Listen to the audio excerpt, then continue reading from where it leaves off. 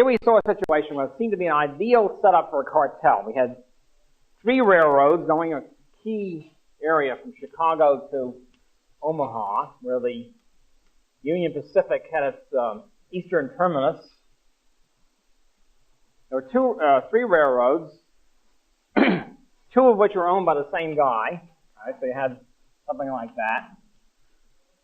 And these 2 guys then got together and formed a cartel and said, okay, we'll cut the shipments, we'll raise the freight rates, and the Union Pacific won't be able to do anything about it. They'll be stuck. And we saw, it started in 1870, we saw that even under these ideal situations, the cartel was smashed.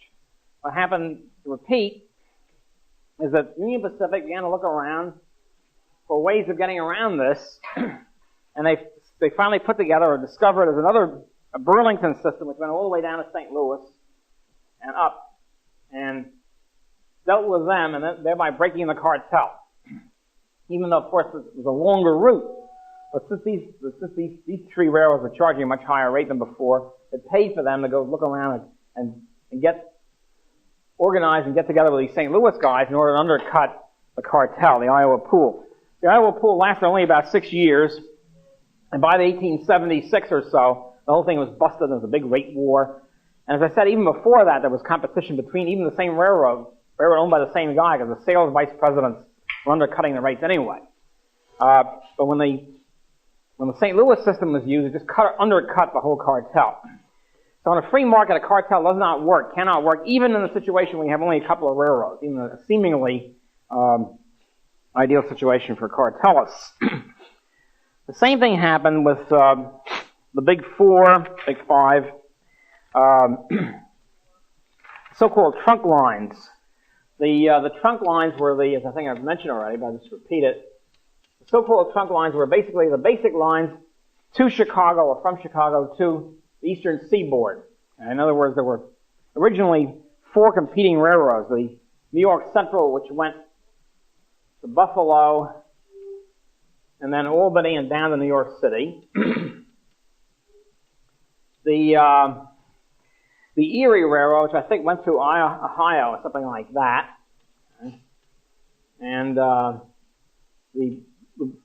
Pennsylvania Railroad, which went to Philadelphia. Note that Philadelphia and New York City are competing for mid-east-west trade.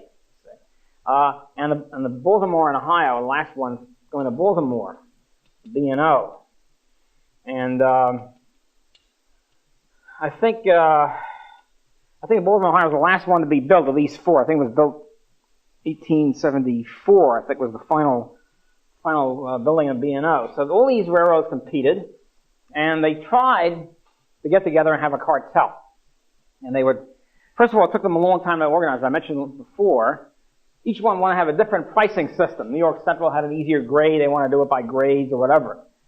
So finally they get together and they make some kind of quota system. In other words, they agree, they have a trunk line cartel system. This thing is called the Seaboard Agreement. Okay? And they say, all right, here's what we'll do. We'll have a, don't forget, there's literally thousands of rates, all sorts of things. They have a very complex system here. They decide to have a quota system. They'll have a, one time they had a quota system. Erie will take 1/3 of the business, and New York Central 1/3, Pennsylvania 1/4, and B&O 10%, something like that. And then they have to have some sort of internal policing agency to regulate this. So they had a guy, they set up a whole association, because it was not illegal then, a whole association to regulate this, to run it, have representatives, the whole internal bureaucracy. They picked a guy who was a German engineer, railroad engineer, came over. He became a professional cartelist. His name was Albert Fink. And he wound up as the head of a whole bunch of railroad cartel associations in the South and the East and the West later on. And he became a professional railroad cartelist. And his job was to try to police the agreements and try to make sure that nobody cheats and all that sort of stuff. And it was also put together, helping these 4 people put together, was J.P. Morgan and Company, Drexel Morgan, which now become, since the panic of 1873, became the big investment banker. Morgan was heavily invested in railroads and underwriting railroads, and he gets all these guys together to arrive at the cartel. So you have his partner Anthony Drexel, Still a big name in Philadelphia. It's still a big name in Wall Street. And J.P. Morgan himself, who was the son of a British banker who also had important connections. He didn't start off from the ground up. He started off with a wealthy and important banker, English banker father named Junius Morgan. Anyway, pretty soon Morgan became the senior partner here, became the dominant force. So Morgan and Drexel, then they get these guys, they whip them into shape. Okay, let's have a cartel. Great. But it's very difficult. You have to agree on a quota. They always wanted to change the quota. See, if you have a quota system, you're in a business or in a railroad, next year when the cartel agreement, say, lasts for a year or two, you want to change the quota. Now I can have a more efficient system. I got a better product. I got a better machine. Why should I be stuck with a damn quota that I was engineered into signing 2 years ago? You're trying to reopen the quota system and get a larger quota. Constant fights among the railroads themselves, or between the railroads, or any other business. If you're in any kind of business, you kind of try to have a cartel agreement. There's a constant argument about quotas. Because everybody wants to produce more. Every firm wants to produce more. Every railroad wants to ship more. And you're always kicking against the quota. No, I should have more of a quota because I got a better machine now. I got a better product. I'm entitled to a better quota. And the other guy says, no, you're not. So at any rate, you have endless bickering and endless opportunities for the whole system to collapse, for the whole quota system to collapse in recrimination. At any rate, what would happen? They sign the quota, they have the agreement, and then it would go bust. And they'd be cheating and whatever. And literally, the system only lasts for a year. The 1877 pool Seaboard Agreement lasts for about 6 months, and then bingo, it collapses again. They have another quota. They reorganize the quotas again. It's almost like new summit agreements, and the next 6 months later, the whole thing collapses. In the case of the trunk lines, something else happened. Namely, because of the increased profits, or because of the expected increased profits because of the cartel, a new railroad develops, a new trunk line, the Grand, I mentioned already, but it's called the Grand Trunk, which goes from Chicago to Boston through, around Canada. And it wasn't part of any agreement. What do you do with this crummy Grand Trunk? Also, the Grand Trunk was inefficiently managed. They were constantly cutting rates. They had nothing to lose, in a sense. They were constantly on the edge of bankruptcy. You have to realize another thing about bankruptcy. Most people think, I'll come back to this again later, because most people think, for example, it's easy to get another firm out of business. Let's say you have a big business, you have a smaller business, smaller firm. It's easy to force the other guy out. You undercut the rate. You have a price war. You go down to almost zero. The other firm goes bankrupt, and then you raise the price. It doesn't work that way. Because even if you do that, the other firm goes bankrupt. The bankrupt plant does not disappear. It doesn't go up in a whiff of smoke. It's still there. If you raise the price and your profits go up again, somebody else buys the bankrupt firm's assets and comes in with almost no cost. You're in a great position to undercut the bigger firm again. But the bankrupt, just because you go bankrupt doesn't mean the plant disappears. It's still there. If it's bankrupt, you can buy it for a song. Your new firm is in business again, or it's still competing once again. And this is what happens. A constant attempt to establish this kind of a cartel, constantly going bust. So the Grand Trunk comes in, and all bets are off, and of course they want to. What a new cartel firm always says is, okay, give us a quota system. They can't do that. They already think they're not producing enough, they're not shipping enough. They can't they can't strip their own quota by 10% and make room for the Grand Trunk. So the whole thing collapses once again. The same thing happened on the Western railroads. They try to have a cartel. Usually Fink is the head of it. And again, it doesn't work. And finally, Fink says, he makes a statement as early as 1876, after a few years' experience with this. He says, he thinks about this, and he says, quote, whether this cooperation can be secured, meaning the cartel, by voluntary action of the transportation companies is doubtful. Governmental supervision and authority may be required to some extent to accomplish the object in view. And as he keeps going, he takes more and more of this position. We got to have the government to enforce the cartel. Cartels won't work in the free market. And since he's in favor of a cartel, he says we have to have governmental action, state and then federal. See, state is okay, but states only are intrastate. After all, railroads go throughout the whole country. You can't really do much in a state action. Although you start having state commissions by the 1850s and 60s. And what he says is this. By 1879, he works out a whole proposal, Fink. And he says, what we need is a federal law, with a federal commission, of course, to regulate it, doing the following things, and somehow to outlaw railroad rate discrimination. Now, by discrimination, of course, is a fancy word for saying changes in rates, cutting a rate, a rebate, charging less for long haul than short haul, because you have a lower fixed cost per unit, and you're having a longer ride.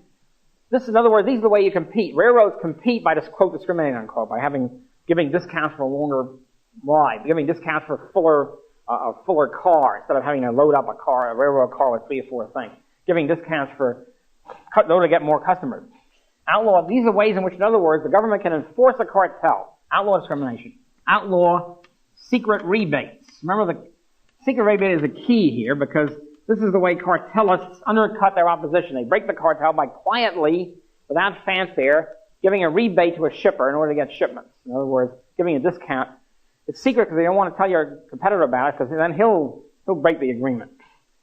So, and talk a lot about compulsory publicity. See, it sounds democratic. In other words, you put it in such a way, you sucker in the public into thinking you're doing something in favor of competition. We want publicity. All these guys that want cartels saying, well, we don't want full regulation. We don't want the Railroad Commission to set rates. We want them to have compulsory publicity so the public will know what's going on. But the public doesn't have to know what's going on.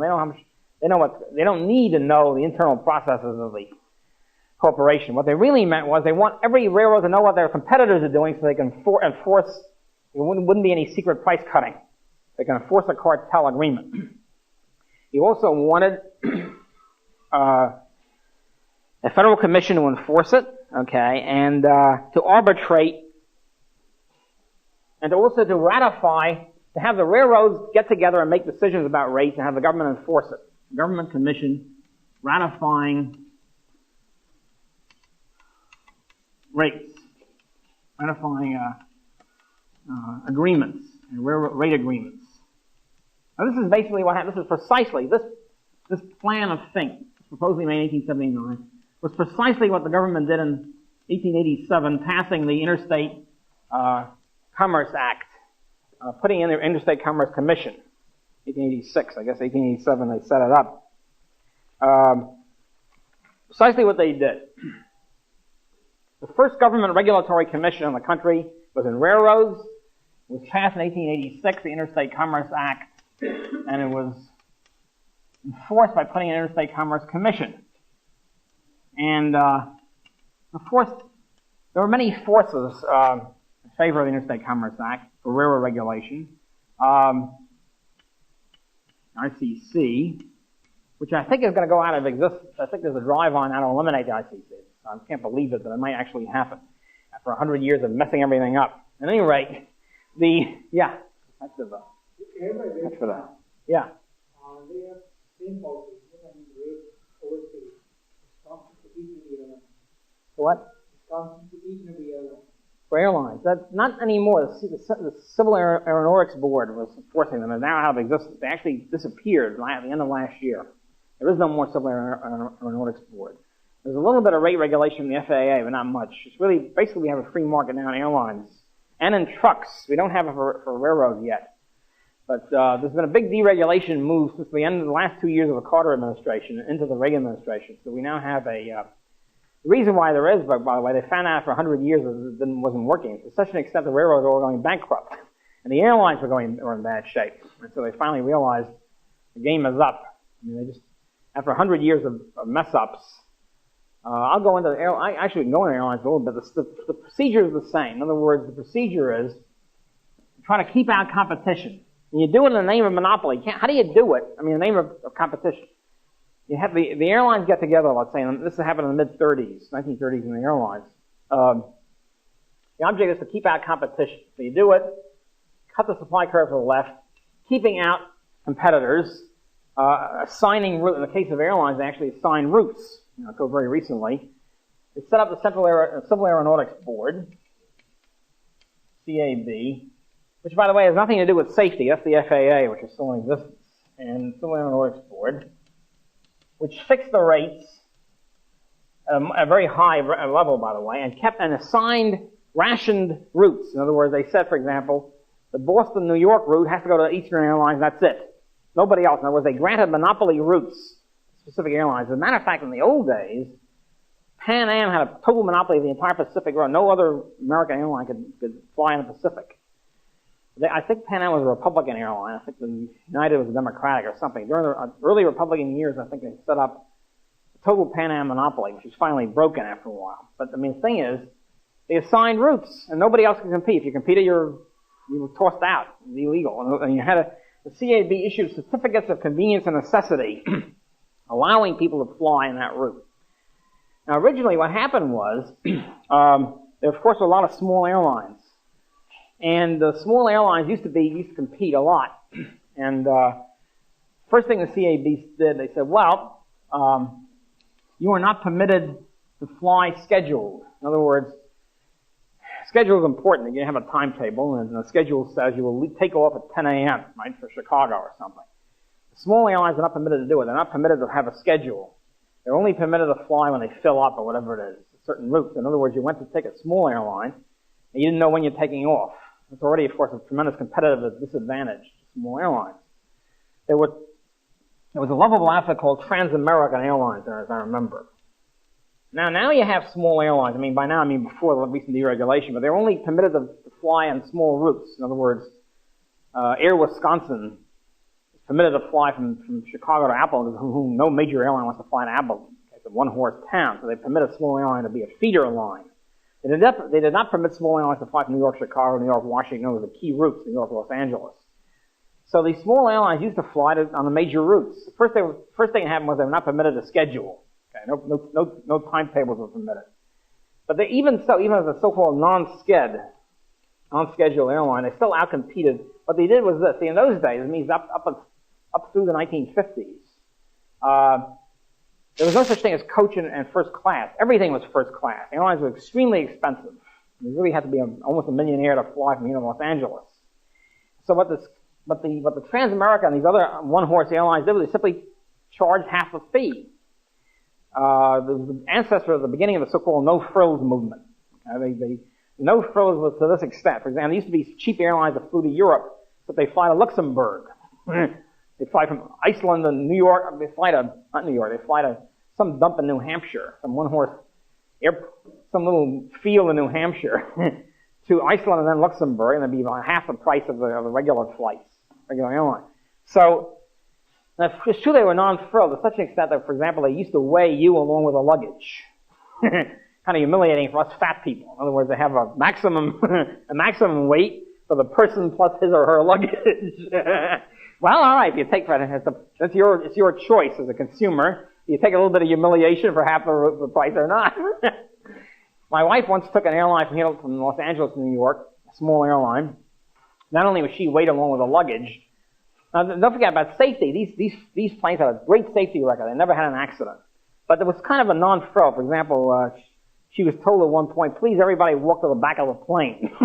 Doesn't give you a great feeling of confidence. Another point, she said the ceiling started leaking, right? And so the stewardess very calmly went to the thing and just put a Band-Aid over the leak. Well, it doesn't give you a feeling of great confidence, but it got there and it was half fair. So finally, what the CA did is they just outlawed them, just summarily one day, just put all these non-scale airlines out of business. But by that time, this forced the competition. These small airlines forced the major airlines to start with a coach thing. To cut their fares in half for coach, and that was the beginning of the first class coach thing. As I said before that, everything was first class.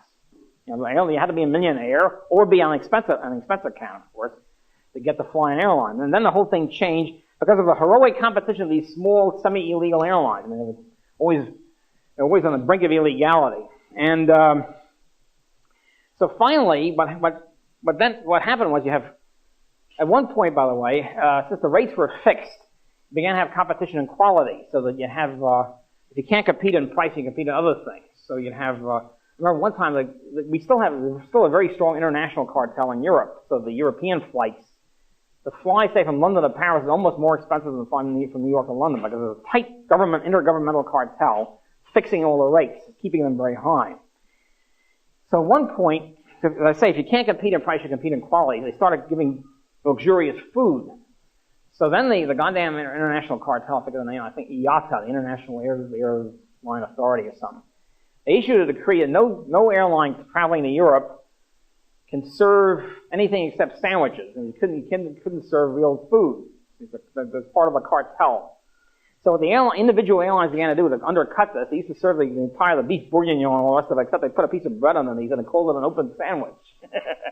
There's always ways. It shows you economic history is a constant fight between the market and the government.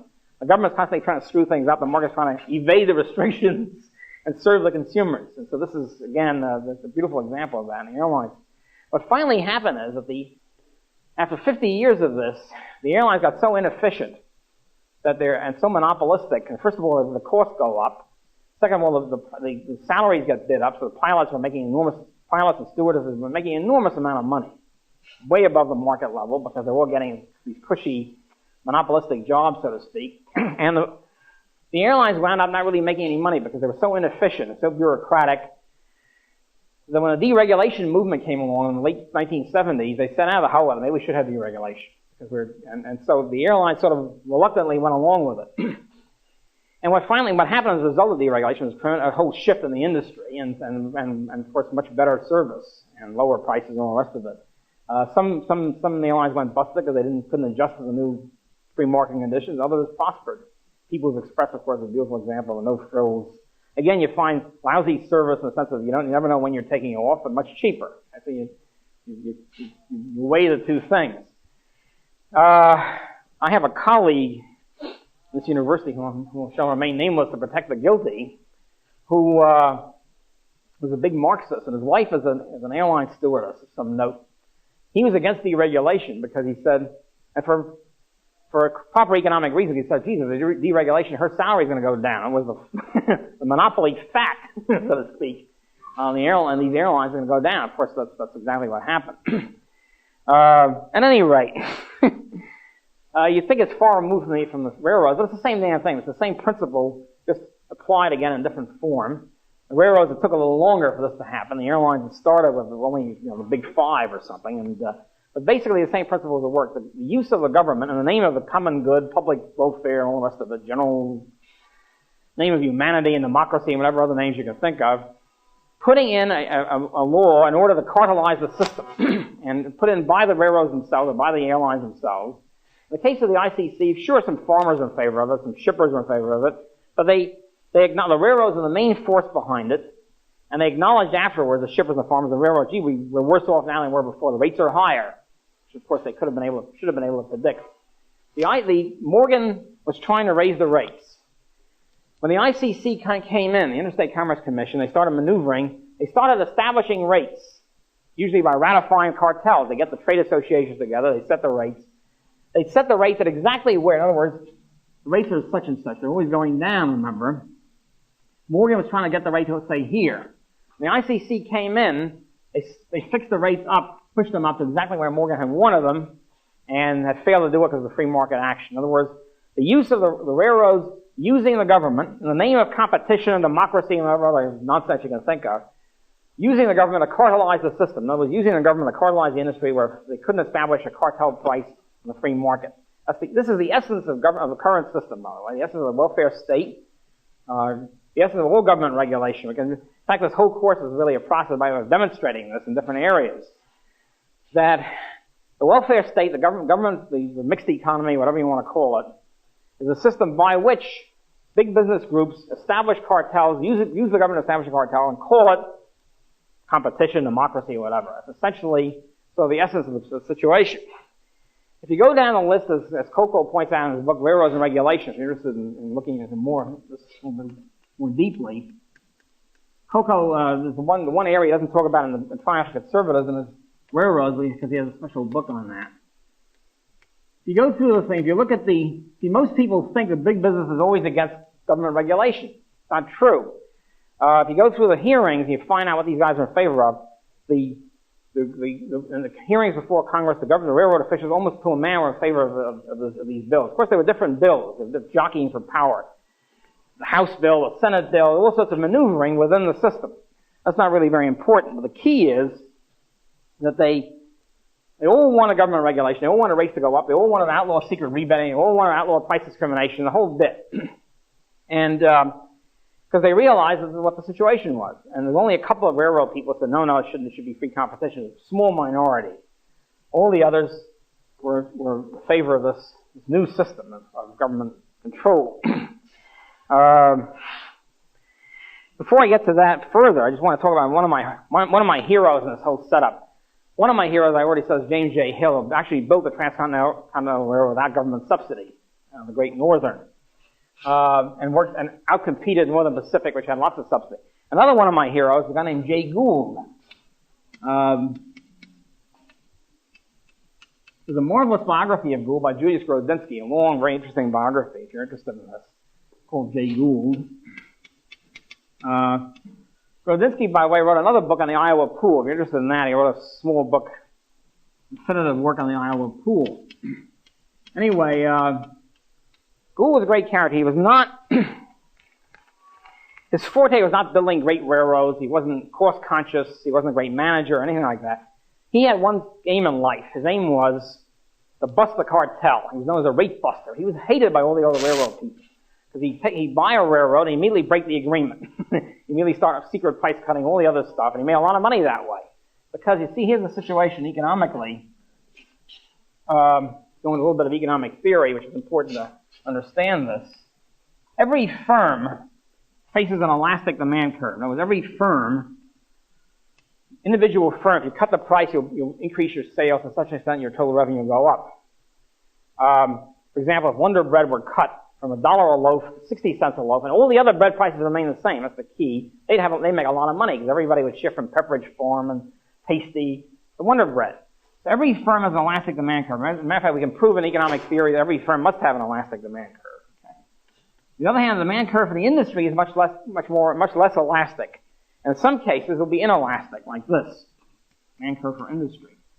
So that means, this is a setup for a cartel. That means if you can organize a cartel, Wonder Bread prices, if you cut Wonder Bread prices, you pick up a lot of revenue. But if you cut all the bread prices, you probably wouldn't pick up any revenue. You probably might lose revenue. So, the idea of the cartel is this. If the demand curve for the firm is elastic, if the demand curve for the industry is quite inelastic, then if you can organize it, you can cut the production from here to here, raise the price in such a way that total revenue will increase. You can then parcel out the increase to the different firms. In other words, say you have 10 firms in the industry. If you get everybody to increase the price by 10%, you can cut, revenue will increase a lot, because then, say, sales only go down by 5% or something.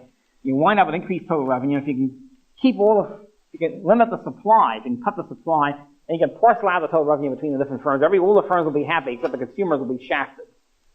But to do this, you have to get an agreement. You have to make sure that all the firms cut. And if you're up here, there's always a temptation of each firm to undercut a secret price cut and capture an enormous amount of the market. Yes, that's the temptation of secret price cutting. Boy, if I only cut they're making these enormous profits, you go way up here. If I only cut my price by 10%, nobody else finds out about it, I can clean up. This temptation is enormous, and that's why every railroad will cut the price, and we get later to manufacturing, all the big cartel and merger agreements in the late 1890s, the same thing happened in manufacturing. You always undercut the price. A new firm will come in and reap the profits and all that. So at any rate, the idea is so what Jay Gould would do, he would buy a railroad and start going down his elastic demand curve and picking up all these great sales and making enormous profits. Boy, was he hated. It's very much like unionists hate strike breakers, call them scabs, because they're unions are trying to raise the wage rate, keep other employees out.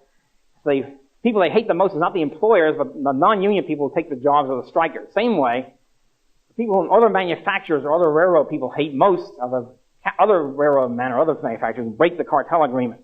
That was Gould's function. He looked for a good high profit place. He figured out the high profits would do an agreement. He'd nip in there, buy the railroad, and undercut them. Magnificent. He was called a disturber of the peace. And, because he competed. And, his whole career was that of breaking rate agreements of this sort. He'd go in, he'd buy a railroad, undercut, smash the agreement, smash the cartel, and, clean up. He did it when he was in charge of Union Pacific. He bought Union Pacific during the 1870s. Did it there. And of course, in the long run, he benefited the railroads because it meant that they had to compete. They had to lower their costs. If the price goes down, the price is cut. It means that they have to shape up, lower their costs, get rid of waste and that sort of stuff. But of course, they didn't like to be shaped up in that way, as you can imagine. And He was a great character, hated by everybody. The consumers didn't appreciate him either. They didn't understand what was going on. Of course, they liked the rate cuts, but they didn't understand that he was different from the other so-called robber barons. And you look at Gould, he was again a self-made man. He fit the image of Hill. He also Carnegie and Rockefeller later on. These people were all born with nothing. They had no capital. His parents were quite poor, born in upstate New York. He was short, 5 foot tall, Jay Gould, short and thin. Of course, everybody was shorter in that period, but that was unusually short. He didn't have an average of 5 foot. This is a height theory of history I keep coming up with here. He was self-taught. Of course, he didn't go to college. None of these guys went to college. By the way, it's another thing, the whole college nonsense. You didn't have in the United States in that period, very few people went to college. And the people didn't seem to suffer from not going to college. They started working at the age of 12 or whatever it was, and by the age of 20, they could be millionaires. The rest of the people were slogging away through college. I'm not knocking college per se. You have to realize there's another side of this picture. You waste a lot of time in college. He was a self-taught surveyor. He started as a railroad surveyor, and he started speculating. He was frail also. He was half dead most of the time. And he was a great corporate financier. He saw the rates, he started maneuvering with that. He plowed back profits.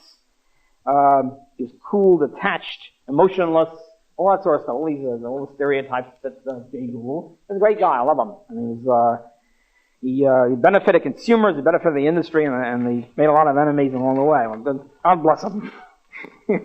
Anyway, yes, sir. Well, this is, I think I did this before too. The point is that every firm faces an elastic demand curve. Okay? Huh? Yeah, okay. Right. Right. Demand for the industry is less elastic, can be very inelastic. Depends on the conditions of the industry. Okay? But by the way, the demand curve here is simply price times quantity is total revenue. Okay? So if you cut the price, you have an elastic demand curve, the quantity will go up much more than the price fall, and you have an increased total revenue. If you have an inelastic demand curve, you cut the price, the total revenue will go down. Quantity only goes up a little bit. So what I'm saying is, if you have this very high price, a cartel price, each firm, they can cut the demand curve, they can make an enormous amount of money if they can go down their firm demand curve. In other words, if they can cut the price and the other guy doesn't find out about it, they can pick up an enormous amount of money, and they can do that for 6 months if they keep it quiet. It's just that eventually, of course, the competitors find out about it, and there's mutual recrimination and hatred, and the whole cartel goes bust. So that's essentially what it is. It's just a graph simply explaining that. Anyway, so this is the railroad commissions begin in the state level. They begin in the I think the first commission was Massachusetts, and the drive then comes for this national commission.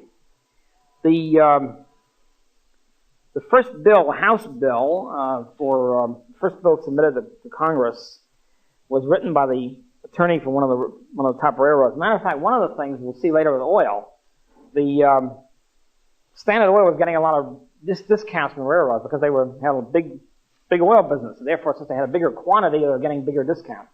So a lot of the smaller oil companies wanted to have a railroad cartel in order to screw Standard Oil. So they got together with a railroad attorney. Now, in Pennsylvania, you had a drive for railroad commissions, state railroad commissions, to raise the rate, the cartelize, with the railroads, of course, behind it, plus some of the smaller oil people who wanted to put the screws to Standard Oil. So that you had different interests on the part of the shippers, but the railroads almost unanimously in favor of a cartel. So you had the 2 bills and 3 bills and all that, and a lot of jockeying for victory, etc. And finally, in 1887, they passed the Interstate Commerce Act, and which outlawed discrimination. The same thing as Fink had really proposed. It outlawed rebates. It had compulsory publicity. The whole bit. It didn't. It turned out it wasn't very. The enforcement procedures weren't super, but anyway, that was their first attempt. And they set up the Interstate Commerce Commission. One of the things the railroads didn't like is they outlawed cartels, pools, which were not part of the process of the commission. So railroads try to eliminate that. But basically, railroads all loved it. When the Interstate Commerce Bill was passed, 1887, the railroad magazines loved it. The Railway Gazette, and Railway Review, which was two major railroad magazines, praised it highly, said it's great, so forth and so on. Then the question is, who should be a commissioner? Of course, if you have something like this, in order for the railroads to really run it, they had to control the commission in all these situations. And this, by the way, I might have said this before, but I'll repeat it. This is counter to the usual liberal, what we call the Ralph Nader myth. The Ralph Nader myth is that these commissions were originally in favor of lowering prices, lowering rates, and they were taken over by the industry later. They were dominated by the industry after 20 or 30 years, but originally had a golden age situation. Originally, these were pro-competition, anti-monopoly, a lot of nonsense. The bills were written by the railroads, lobbied for by the railroads, and staffed from the very beginning by the railroad interests. For example, by the way, the major person, the chairman of the Interstate Commerce Commission, the first commission, 1887, the distinguished Judge Thomas McIntyre Cooley, who was unfortunately pictured by most historians as being a great laissez-faire advocate. He might have been a laissez-faire advocate except in railroads. He was, of course, it's true he was a judge of the Michigan Supreme Court. He was Chief Justice of the Michigan Supreme Court. He was Dean of the University of Michigan Law School. He was also, however, a railroad pool member. He was a railroad pool arbitrator. He was sort of like Fink. He was one of Fink's, I mean, Fink was not the only professional railroad pool person. He was also Cooley. He was an old arbitrator, assistant to Fink in many of his pools. He was a railroad lawyer. And he was a very pro-cartel, pro-pool. Other members of the first ICC were one guy was an old Democratic Congress hack. He was unimportant, named Morrison. Another guy was Walter Bragg, who was formerly the Alabama Railroad Commission, in other words, an Alabama railroad cartelist. A guy named Schoonmaker, I guess you pronounce it, who was a former railroad attorney. And a guy named Walker was a railroad person, so much of a railroad person, he wound up, after he left the commission, he wound up as chairman of the board of the Atchison, Topeka, and Santa Fe. It's one of the biggest railroads in the country. It connects up with the Southern Pacific. So anyway, big railroad person. This is a railroad-dominated commission. The whole commission were railroad people, from Cooley on down. And the idea was the ICC would not set rates directly. They would help the railroads to set the rates and outlaw discrimination and all the rest of it. So Cooley is one person to focus on. Another guy is one of my particular pet peeves, because I don't like the type, I guess. Charles Francis Adams Jr. was a Boston Brahmin, very distinguished member of the Adams family. Not an Indian Brahmin. The Bostonians are kind of an interesting group. They're all interconnected. It's an elite, power elite of people who are families, about half a dozen, maybe a dozen families, all been interconnected since the 17th century. The Lees, the Adams, the Higginsons, the Cabots, the Lodges, the Lowells. There was a famous jingle when I was growing up, something to the effect that Boston, the land of the bean and the cod, where the Lowells talk only to Cabots and the Cabots talk only to God. And there's sort of that sort of attitude.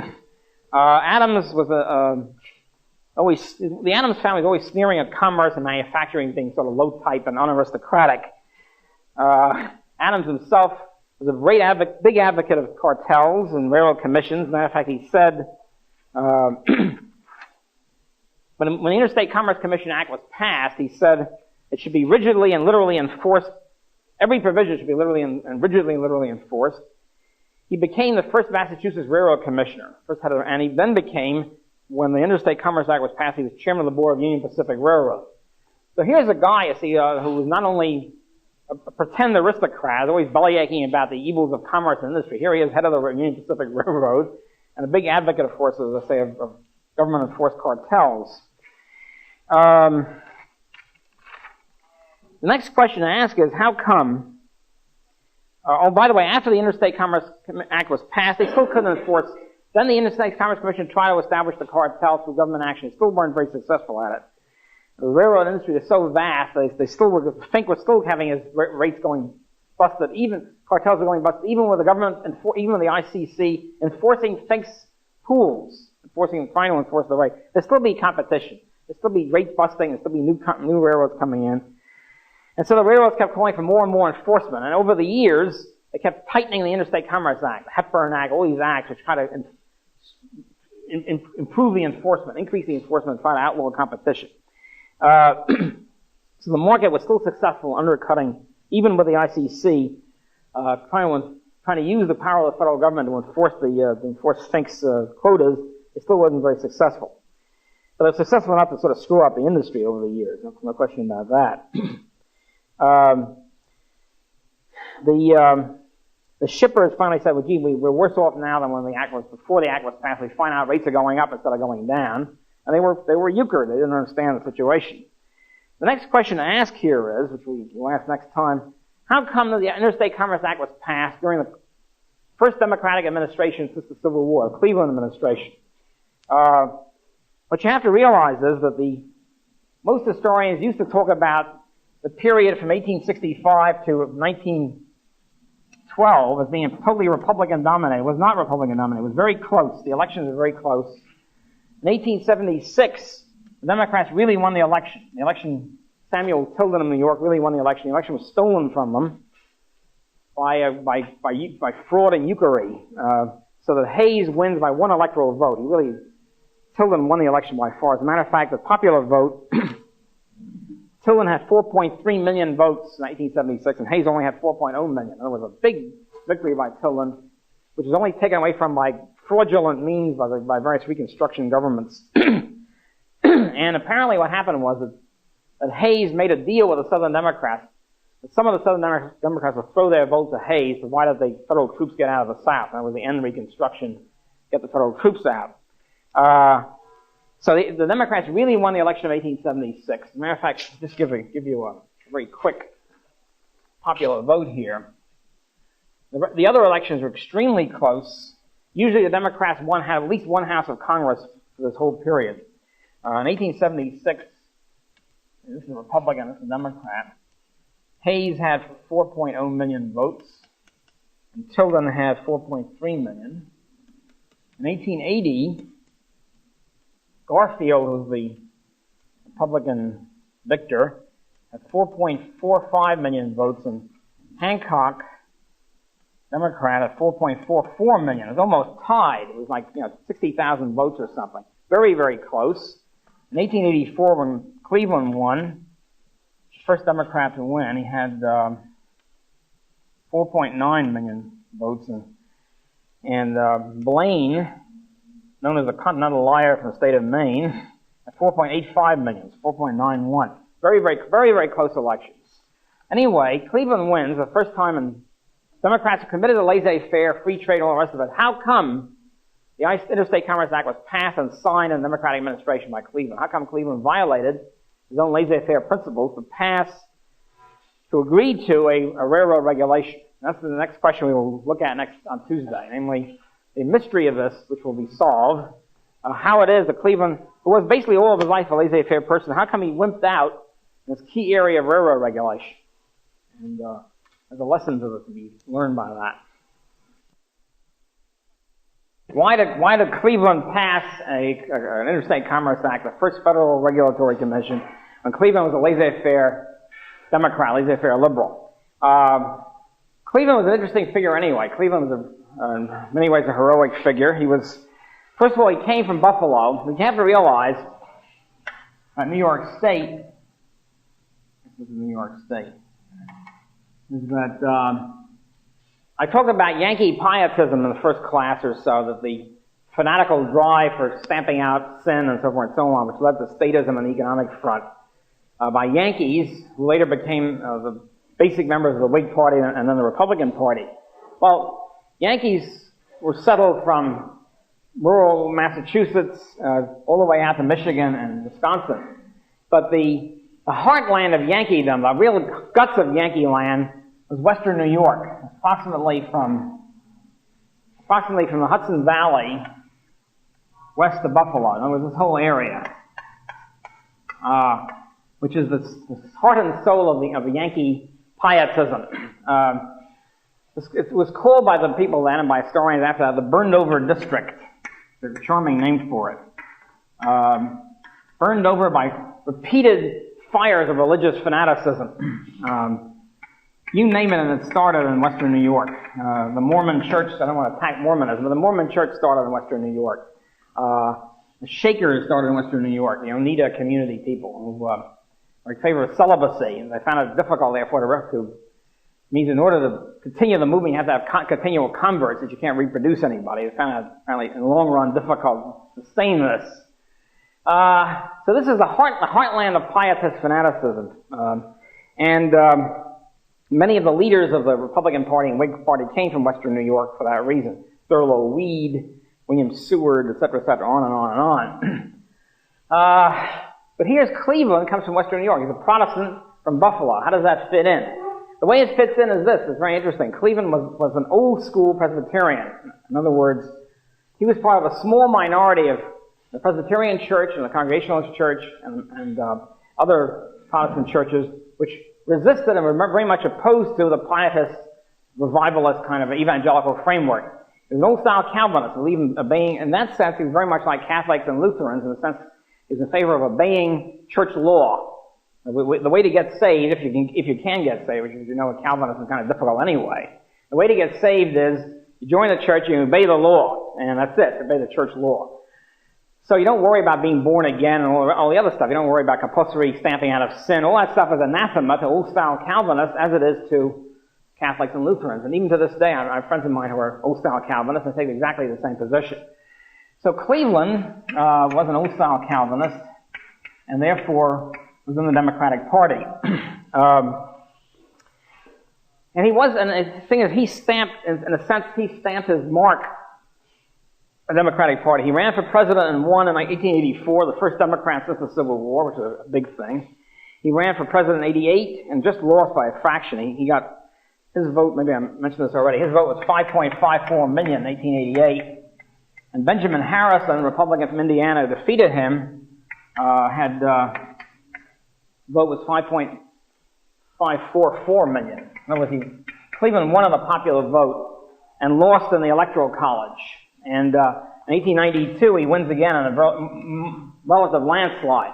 So Cleveland was the leader of the Democratic Party now for many years. And so, as a matter of fact, when Charles Beard wrote an excellent book, now forgotten, he was a very good historian, wrote a book in World War II called The Republic, a charming book, a sort of a pattern after Plato's Republic, with 3 guys or 4 guys sit around and discuss political philosophy for the whole book. It's very, very well done. And the guy who represents for Beard, laissez-faire, libertarian type Democrat was Cleveland. He called him a Cleveland Democrat, old-fashioned Cleveland Democrat. This is 1944. So Cleveland put his mark. He was the leader of the laissez-faire wing of the Democratic Party. So the mystery becomes even greater. Why did Cleveland then, that's what he was in favor of and put through in his administration, the first federal regulatory commission for railroads? And so that sets the stage of the problem. Well, the basic answer is this. Cleveland, well, first, yeah. In Cleveland, the roof is Blaine. Yes, no, he beat Blaine in 1884. Beat Blaine. No, in 1876, Tilden, was a Democrat, ran and beat Hayes, but got the election stolen in the Electoral College. And Cleveland beat Blaine. Cleveland beat Blaine in 1884. So Cleveland was the first Democrat to become president since the Civil War.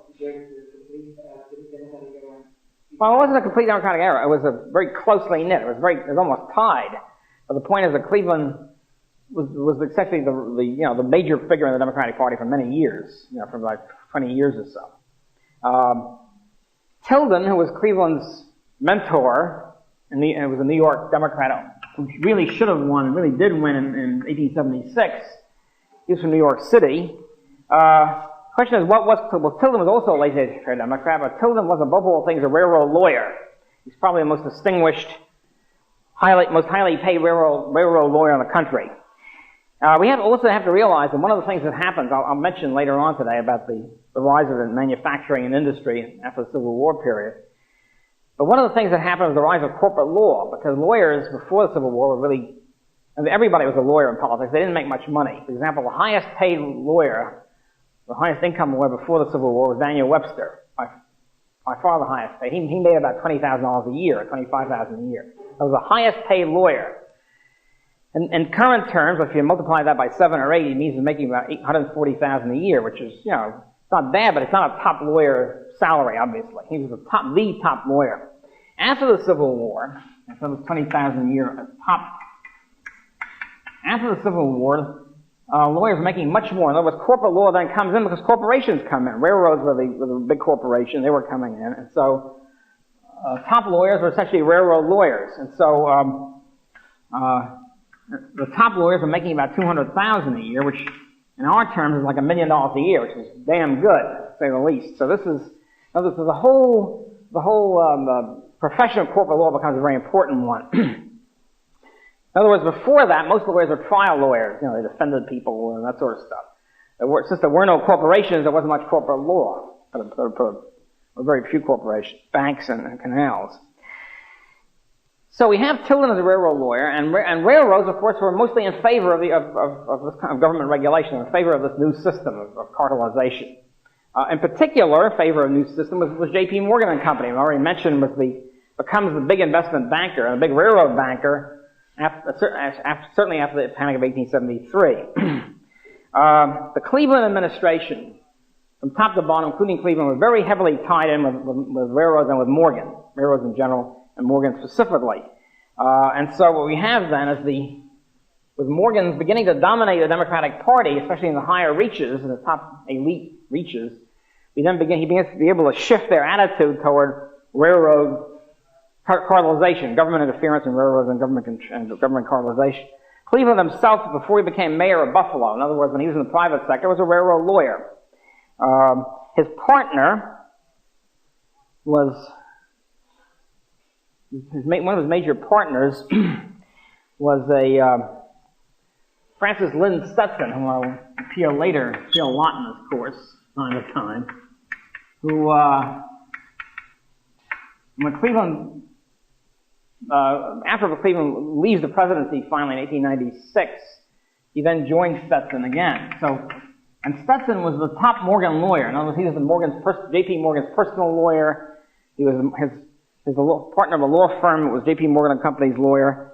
So he was sort of the top Morgan lawyer. Also, one of Cleveland's major clients was New York Central Railroad, which was the largest railroad in New York State, and also originally owned by Commodore Vanderbilt, a very famous character, interesting character himself, but who then was more or less taken over by Morgan. So you have essentially Vanderbilt - Morgan. So in later years, Morgan essentially runs it in an alliance with the Vanderbilt family. So you have, so Cleveland himself then is essentially a Morgan railroad lawyer type person, which accounts, you see, very neatly for his deviation from laissez-faire in this particular key area, his shift to so-called progressive, what you want to call it, compulsory cartelization of government. And let's look at the rest of the Cleveland cabinet. Cleveland comes in and has a cabinet. Okay, you have the whole cabinet, almost the whole cabinet is either a Morgan cabinet or very closely allied.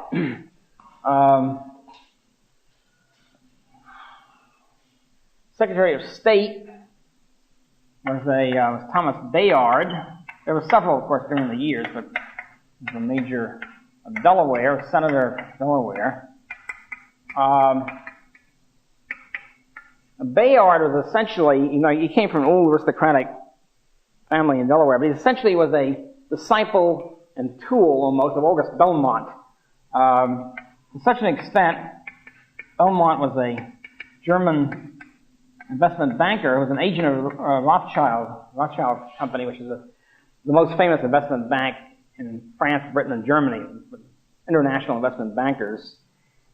Belmont came to New York his name was Schoenberg, and came to New York as a Rothschild agent, and continued to be a Rothschild agent all of his life, even though he himself, of course, became a millionaire on his own. He, of course, is the founder of Belmont Racetrack and all the rest of the Belmont family.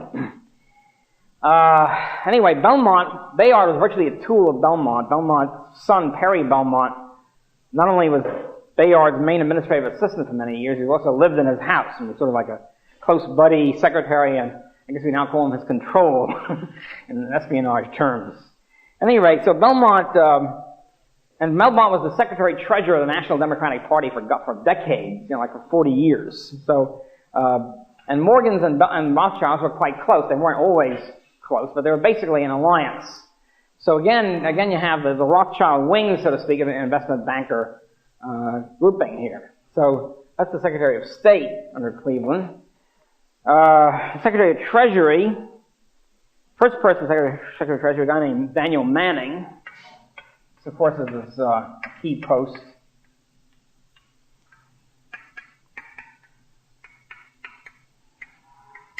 And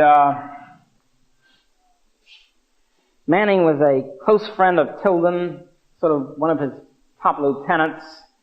Tilden was still around. Tilden was sort of like elder statesman of the New York Democratic Party, and also a lawyer and director of the Albany and Susquehanna Railroad, which not only was a Morgan-type railroad, it also had J.P. Morgan himself on the board of directors, which showed that it was very intimately Morgan-oriented.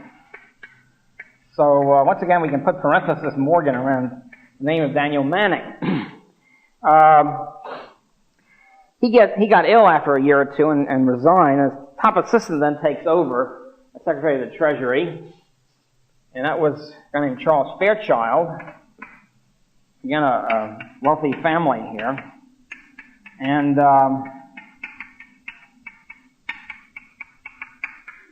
see, one cabinet member or one president could be an accident, but if you have the whole cabinet as Morgan-oriented, you begin to see that there's a pattern here which can't be denied. At any rate, Charles Fairchild was Attorney General of New York. Before that, he was a disciple of Tilden, once again, and in the Tilden machine, so to speak. He married the niece of Henry Seymour, who had run for president in 1868 in New York. And his father, Sidney Fairchild, was on the board of directors of Erie and Pittsburgh Railroad, and also attorney chief counsel of the New York Central Railroad. In other words, this guy's father was the chief counsel of New York Central, which was Morgan.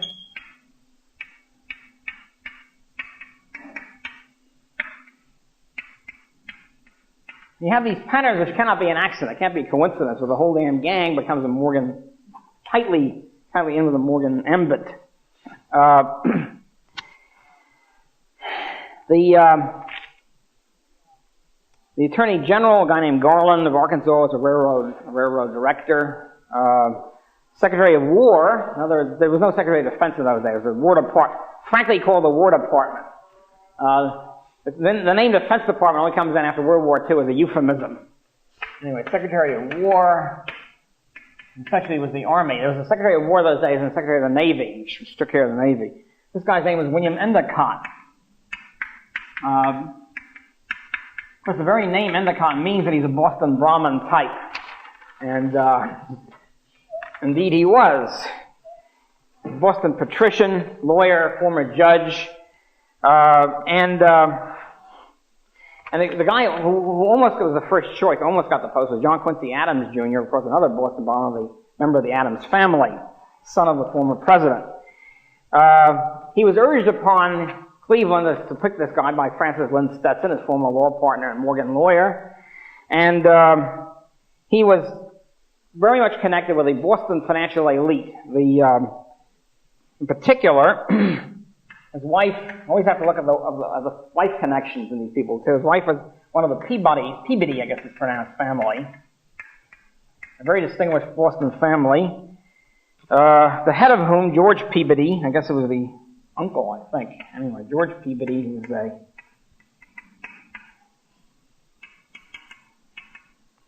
was the head of a banking firm which had as a partner J.P. Morgan's father, Junius Morgan, the British banker. Okay? It's always very good to have a partner who's either Morgan himself or his father. It's good for your career. Okay, so his partner was Morgan's father.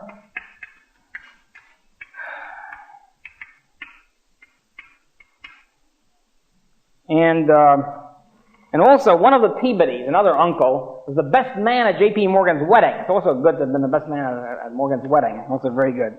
Another thing you have to realize about the whole Boston financial group after about 1870, from then on until the present day, I would say. Boston, first of all, they're all interconnected, the whole Boston group. The Lees, the Higginsons, the Lowells, the Cabots, the Lodges, the Adamses, this whole group become connected through First Boston Corporation, which is another big bank, to the Morgans. In other words, it got to the point where Morgan equaled, in Boston they were the Morgan people. And this, I think, still I'm not sure what's going on now, but certainly at least until World War II, the Boston Financial Group, Henry Cabot Lodge equals Morgan. In other words, so that was part of the whole equation, which we'll see later on, becomes important. Secretary of the Navy was the guy who really had it made. A member of the Whitney family, which has the Whitney Museum here and things like that. And they have to realize the Navy in those days was more important than the Army because the Navy was permanent. The Army only comes in during wartime. So, William C. Whitney, Secretary of the Navy, close friend and disciple of Tilden politically, once again, comes from New York. And close friend of, not only close friend of Cleveland, but also Cleveland's campaign manager during the campaign. A big railroad board, member of the board of directors of two railroads in New York, both of which were Vanderbilt. And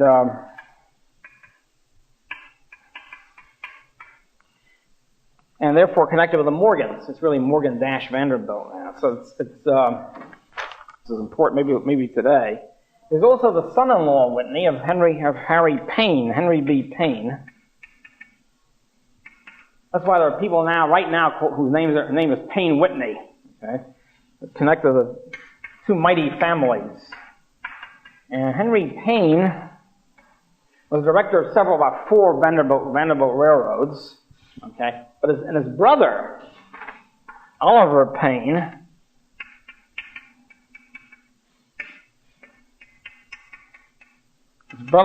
was a director, officer all of his life for Standard Oil in New Jersey. Standard Oil, of course, being the big Rockefeller. As we'll see later, I think today, I hope, Rockefeller family essentially dominated the Republican Party from about 1876 until probably until now, or at least until the 1960s. Any rate, so here's the two mighty, titanic, competing financial forces in the United States. The Morgans essentially run the Democratic Party. The Rockefellers essentially run the Republican Party. Here's this guy, the whole Payne Whitney are in with both camps. That's a very good thing to be. Be both in with the Morgans and be a relative of the Rockefellers. Can't hurt. A relative, I mean relative of somebody who's family of connected with the Rockefellers. The Rockefellers, we'll see later, have a whole group of families who have invested with them since 1870. The same group until right now. The Bedfords, the Pratts, there's a whole bunch of the Harknesses, et cetera, all of whom act with the Rockefellers and invest with them. Which, of course, makes the Rockefeller power much greater than just one family, of course. Secretary of the Interior, which is very important because the Interior ran the whole public land system, of course, still does. Was a guy from Mississippi who happened to be a top railroad lawyer, which usually means Morgan. And then another guy from Wisconsin, actually was a great guy, who had been Postmaster General, who was a Vanderbilt Morgan railroad lawyer. So, and the attorney for the Chicago Northwestern Railroad, which was Vanderbilt. So you have the whole cabinet. I think the whole cabinet was connected with the Morgans. Also the ambassador to Great Britain, which is always a top post. Ambassador to the Court of St. James was a Vermont guy who was the chairman of a railroad, which was Vanderbilt. And also, afterward, he resigns. Another guy comes in who's the chairman of the board of the New York Central, which of course is Vanderbilt Morgan. The ambassador to France, in those days minister to France, the second most important post in the Atlantic service, was a guy named McLean, whose father was the president of Baltimore, Ohio Railroad, which was also in with the Morgans. So the whole cabinet, the whole damn cabinet, in those days, of course, cabinet was much smaller than now. The whole cabinet was a Morgan cabinet. or Morgan Vanderbilt cabinet. The exception of the Secretary of State, who was a Rothschild person. But closely allied, of course.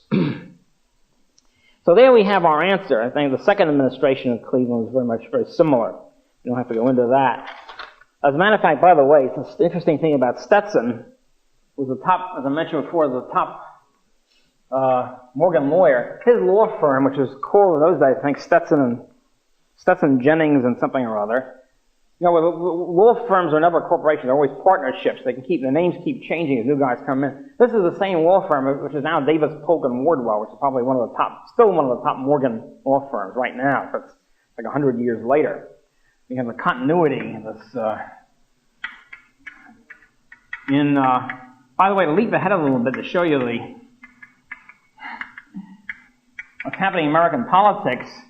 In 1924, okay, Calvin Coolidge runs for president, runs for re-election. He come in because Harding died in office.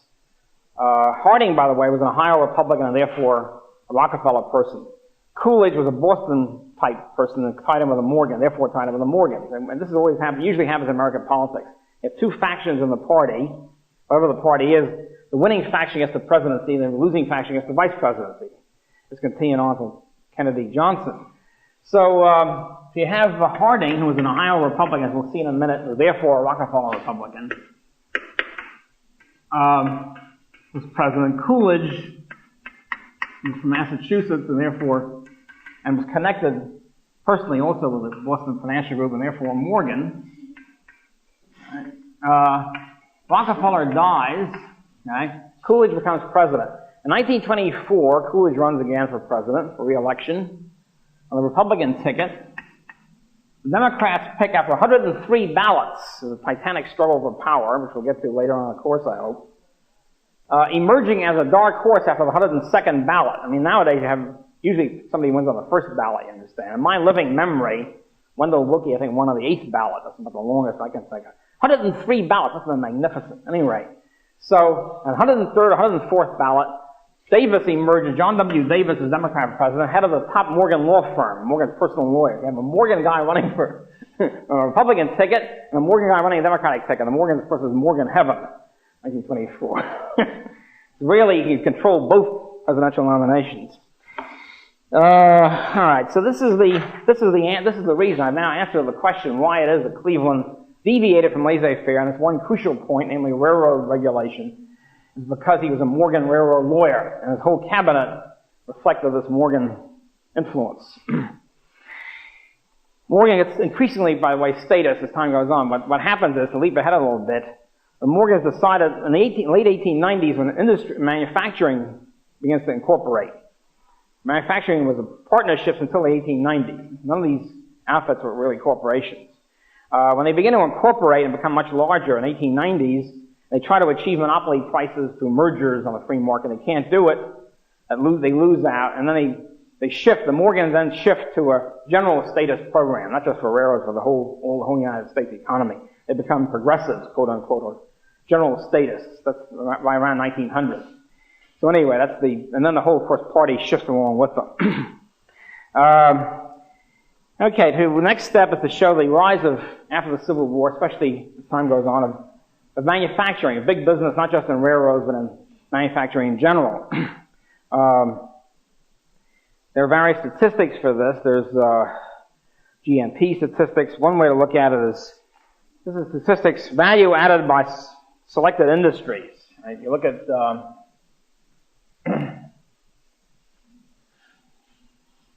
and this is constant prices, 1879 prices, to eliminate price changes. In those days, of course, prices were falling every year. It was magnificent.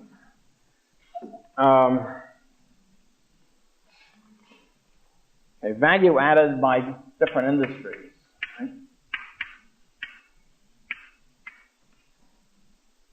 1869, agriculture was $1.7 billion.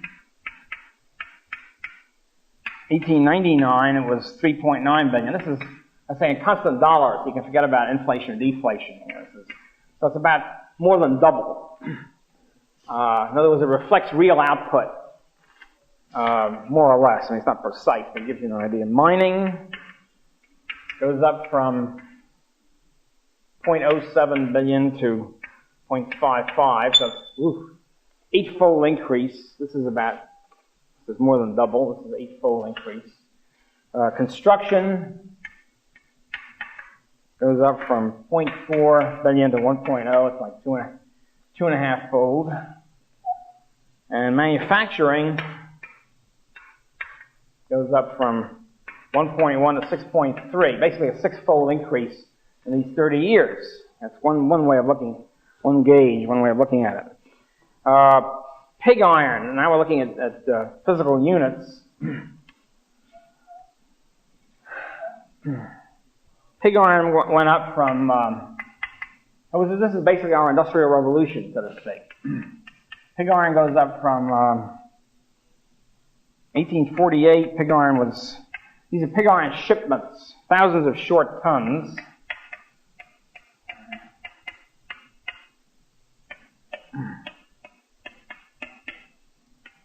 Pig iron goes up from 900,000 short tons in 1848. 1865 was 930, not much difference. And 1899, 15,250,000. In other words, 15.2 million. Enormous increase, approximately 16-fold increase.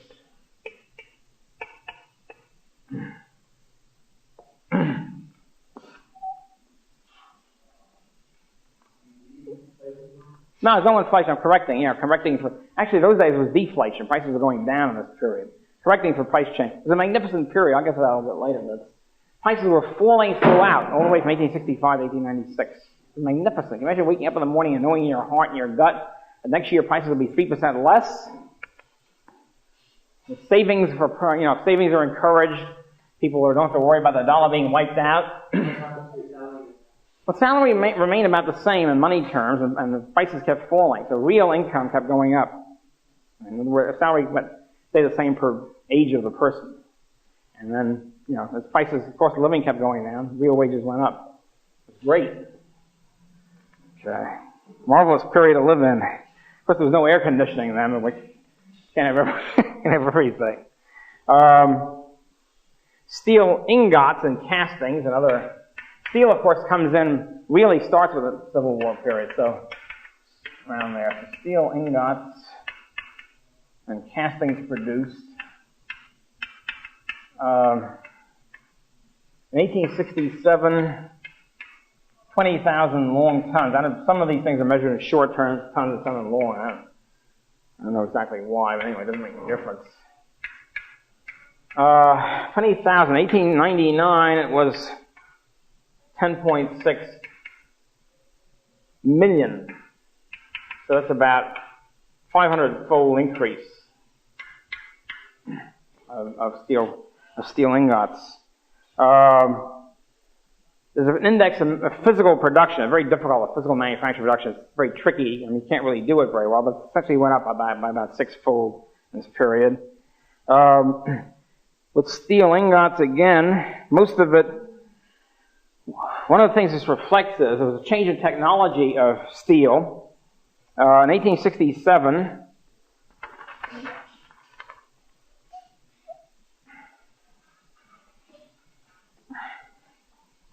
most of the steel was crucible steel, which is apparently high quality, but you can't make much of it. Crucible, which was about 17,000 tons. A little bit of Bessemer, but Bessemer just coming in then. Starts in Europe. It's 2.7. Bessemer, I think, is a product. Don't ask me in any detail. Bessemer is probably forced hot air and forced oxygen in, I think, at high temperatures, which makes it more malleable. And so, by 1899, crucible goes up to 101.2 thousand. Bessemer 7.6 million. And this is all in thousands. This is 1.6 million. And coming up fast on the outside is open hearth steel, which comes in, which starts about 1870 and was zero in 1867. Open hearth is even hotter. injections or whatever, and then it's 3.0 million. It passes Bessemer by about 1905 or something like that. Open hearth then becomes the key steel, and remains the key steel thing until 1930s or something. With was it oxygen or something? What's it called? Huh? It's called oxygen converter. What's the name of that? Oxygen conversion or something? That again starts. Yeah, something like that. Oxygen conversion or something. We'll see later the U.S. Steel, which was supposed to be a monopoly, designed as a monopoly in steel, was the last company to introduce any of these things. The last corporation in the world in steel to introduce this current process. They've always been a flopperoo. Okay, so Bessemer, let's say, rules the roost until about 1906, when open hearth essentially takes over. 1908. And then rolled iron steel comes in, something again new, which didn't exist in 1867. Rolled iron and steel. Contrast to casting and ingots. So it's zero in 1867, and then by 1885 it's 3.1 million tons, and by 1899 it's about 10.3 million. So it's coming out very fast.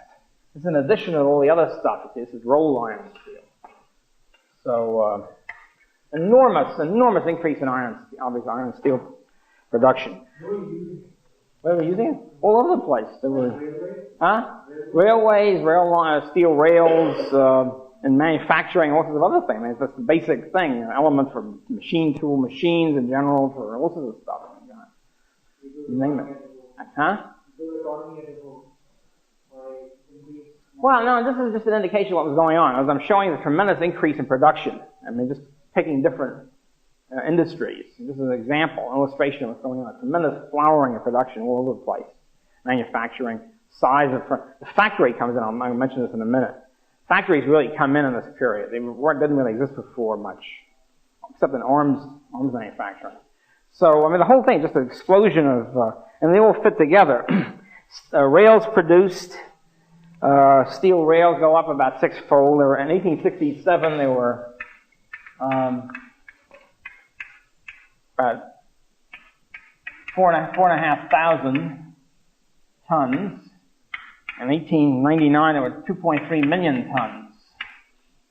And this is a period, by the way, when there wasn't much railway increase in railway mileage by this time, but there's still tremendous outpouring of rails. So this is about 415,000. So it goes up by about sixfold. Structural iron and steel goes in a lot, goes increased by about tenfold. Bricks go up by about threefold. Cotton textiles increased by about fivefold. Coal increased by 14 times. And crude oil, of course, increased by about 19 times. We'll get to crude oil in a minute. That's a big new industry. The whole oil industry is virtually brand new. Crude oil increases from 1867. It really begins in 1859. The first oil well dug Titusville, Pennsylvania, 1859. 1867, 3.3 million barrels. That's a big increase, of course, from zero. 1999 is 57.1 million barrels, a 19-fold increase.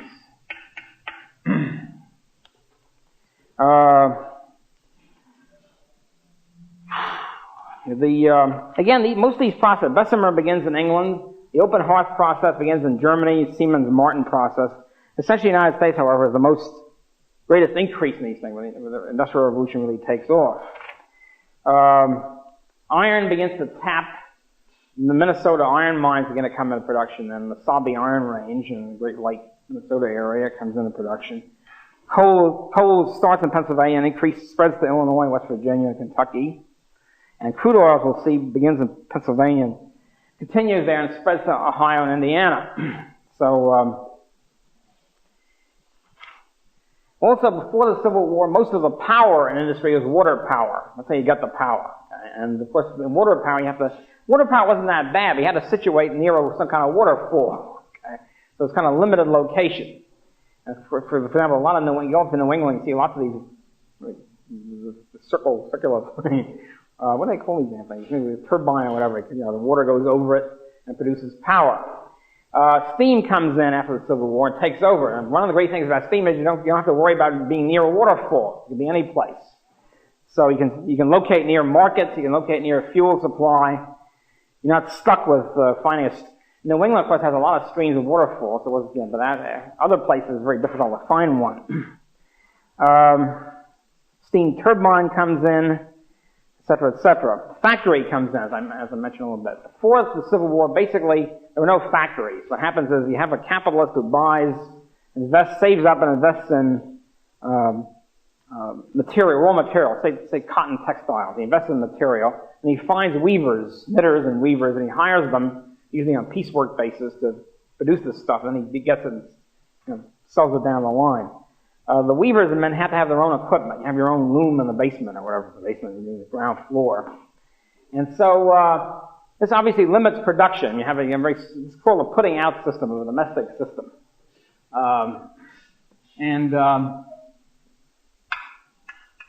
Where the merchant essentially saves up and invests in this thing, but the workers own their equipment. There was no, quote, alienation, unquote, of workers from that capital. They have to own their equipment. That's a big problem. In other words, if you're a weaver, you have to own your loom. It means you have to have a lot of money to buy the loom or build it, or wherever you get it. Putting out system. So after the Civil War, a factory comes in. We bring the workers together into one spot, and you have a continuous flow of some sort of equipment. You have the machines together. The capitalist owns the machines. The worker doesn't have to invest in a machine. This is a big thing. It's a big benefit to the worker. It means anybody can get a job. You don't have to own a loom or whatever else. You don't have to own iron forging equipment or whatever it happens to be. So, the factory has been defined, I guess it's a pretty good definition, as a place where, quote, raw material can be converted into finished goods by consecutive harmonious processes carried along by a central power, means some kind of power source. So that was the growth of the factory system, and meant, of course, an enormous increase in productivity, and how many goods could be produced coming out of the factory, and a whole bunch of people, each one with a loom. Of course, it meant you had a supervisory employees, you have buildings where everybody gets together, you had machines located now in the same spot. You have much larger aggregations of capital equipment than you could have before that. And it means, as I say, the worker doesn't have to save up the money to buy his own loom. You can then have a central location system. By the way, one interesting thing is that anti-capitalist types, leftists and so forth, have been bellyaching about the factory system for about 150 years. That this alienates the people from their labor. In the good old days, you used to work at home, like on the farm. You work at home, family works at home, and now the father or husband or something is yanked away from his beloved hearth and has to go to the workplace and works in the factory and is alienated and so forth and so on. Well, now we have a situation, now with very high tech, and more of a situation where people can work at home, as you know, with computers and so forth. And so now they're bellyaching again, the leftists, the anti-capitalist side. Now they don't talk about alienation anymore. They stop bellyaching. This is a terrible thing that they can be exploited when they're at home. This happened with the beloved knitting cap ladies of Vermont, I think they were, a few years ago. Apparently Vermont, I forget if it was Vermont or New Hampshire. Anyway, there's a whole bunch of ladies who sit at home and knit ski caps and sweaters, stuff like that. No, I think ski caps. And they were happily, knitting away. It was great shape. They were making money they couldn't have made before. They could work at home. They didn't have to have babysitters and that sort of stuff. So, however, it violated the Department of Labor regulations. You can't have homework. Homework is illegal for most occupations. This was put in by the labor unions in the 30s. Because if somebody who's working at home is not going to join a union, obviously. It's very rare for a homework person to join some damn union. So the unions have a law passed to outlaw homework. And when the Department of Labor a few years ago found out, I think it was the Carter administration, found out that these people were illegal, they cracked down. They said, you can't do any ski cap knitting anymore. There's a lot of complaints. But pictures of these lovable middle-aged ladies now deprived of their homework. And they were getting, and the unions were claiming they were being exploited, they're getting below the minimum wage. It turned out they weren't getting below the minimum wage, but they were exploited under evil conditions. Of course, they didn't think their homes were evil working conditions. Their homes were pretty good shape. So in general, this the agitation, the result was the Reagan administration came in, what they did is they passed a law saying, I think they say that ski cap knitting was, outerwear ski cap knitting or something was legal, but nothing else. In other words, sweaters are still illegal, knitting sweaters at home. Everything else is illegal, but just ski caps and some other thing. Some other subcategory is now legal. I hope it's not illegal. I think they probably blew that through after Titanic struggle. So anyway, so they don't talk anymore about alienation, how great it is to work at home. Now they're complaining. As a matter of fact, now you have a situation like computer types in Long Island are working at home, and people are going to complain because they have visitors, they have traffic blocking the roads and stuff like that. It's a constant struggle. They violate zoning laws. We're not supposed to do anything at home. And the whole big nonsense involved with this. Shrinks often stay at home, and they try to outlaw that. The whole goes on and on. So anyway, somehow homework, even though allegedly beloved by statist, leftist types, when it didn't exist much, now that it can exist and does much more, now they're bellyaching about that too.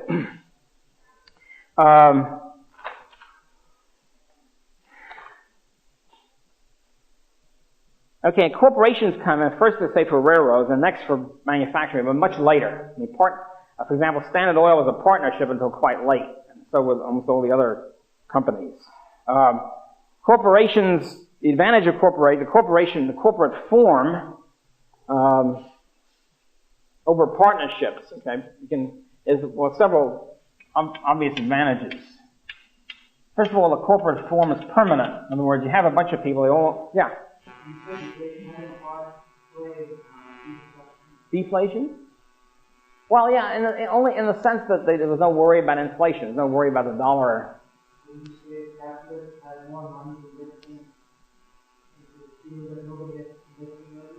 With deflation? Yeah. Right. Prices go down, right.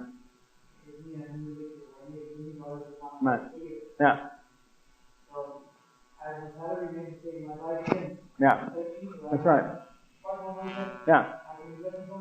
Oh yeah, your real income goes up. Well, I don't think deflation creates the situation. Just that deflation permits productivity to lower prices.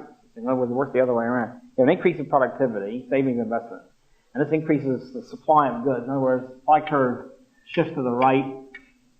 Prices go down. This increases everybody's real income in terms of purchasing power, so they can invest more and spend more. So, yeah, sure. Well, okay, I wouldn't say deflation in the sense of just, in other words, the causal fourth factor is you have an increase of, you don't have any much monetary inflation. So you permit the price to fall. This increases everybody's real income. Yeah, that's sense. Yeah. Right. In other words, not that somehow it's good to have deflation per se. It's just good when it's caused by increasing productivity and allows everybody to have increased real income. Right. Because naturally, when you have inflation, a lot of people have decreased real income because their wages don't catch up with prices. But they don't have that problem here because prices don't really go up. So, okay, let's take a 10-minute break or so, and we'll be corporation for to enable to acquire large amounts of capital. First place, I mean, this is sort of not the rank order, just different advantages. One, it's permanent. In other words, if you have a partnership, you and your brother-in-law and your friends or whatever, when one partner dies, it's a big headache. You usually have to reorganize the partnership and redistribute the assets and stuff like that. Corporation is permanent. If one stockholder dies, nobody cares because the entity itself just continues on with other stockholders. Second of all, this is part of the whole picture, you can transfer your stock. In other words, transferability of ownership. In other words, if you have a corporation with 1 million shareholders, let's say you have a $10 million corporation with $10 million in assets, and you have 1 million shareholders. So that means if you own one share, you essentially own one tenth of the, one share means you're owning 1/10, yeah, right, with the 1 millionth. 1/10 millionth? 1/10 millionth, right? Wait a minute. 1 millionth. 1 millionth, sorry, okay. You own 1 millionth of corporation. So if you own the whole million shares, you own the whole ball of wax. So each share is worth $10, let's say. It's a share would be $10. And if you own one share, you own one millionth of the corporation. So you can, and the thing is, you can sell your share. In other words, if you're a partner, there are 4 partners in this firm, you can't sell your share. I mean, you're sort of stuck. You have to, you can ask your partners to buy you out, but sometimes they don't want to buy you out, and then you're stuck. So if you have transferability, very important. You're liquid. In other words, you can sell out tomorrow. If I want to buy 10 shares of IBM, if I want to sell it tomorrow, I can do it like that. I don't have to wait, negotiate with somebody, etc., etc. So this means if you know that you can transfer ownership whenever you want, you're much more likely to invest in the corporation, obviously, because it's it's sort of a lifetime commitment to be a partner in some firm. And 3, the stockholder is only liable for the assets that's in the corporation. In other words, limited liability, as it's called. So in the case of, if you own, in other words, $10 worth of General Motors, whatever it is, if the General Motors goes bankrupt, you lose your $10. Let's say you lose the whole thing. You usually don't because they can resell it and whatever. But anyway, let's assume the whole corporation disappears. It just goes bluey. All you lose is $10. In other words, the maximum you can lose is $10 million of the total assets. But if you're a personal liability, if you're a partnership, you can lose all your personal assets. In other words, if you're a partnership, you owe $1 million. And you liquidate, you go bankrupt, and you can only raise $100,000, you're liable for the other $900,000, you're going to have to sell your house and whatever. I mean, usually bankruptcy law is limited, but the point is, your personal assets are involved, where personal assets are never at risk in the corporation. Now you can say, and there are many arguments about this. Many libertarians or free market types argue that corporations are immoral because the government limits the liability. In other words, this is an artificial limiting. It's a subsidy of the corporation. That was the argument. I don't think the argument is correct, because the thing is, when you're a corporation, you put your creditors on notice. In other words, essentially, if you want to lend money to General Motors or IBM, or if you're a worker and you're waiting for money, if you buy a bond or whatever the loan happens to be, you know that the corporation stockholders are limited liability, and you take that risk. So it isn't as if the government suddenly interferes and says, no, the person you can't attach the personal assets of whoever owns the corporation. You know that at the beginning, you take that chance. So I do not consider that a subsidy. The only subsidy that comes in here is when a corporation commits a tort.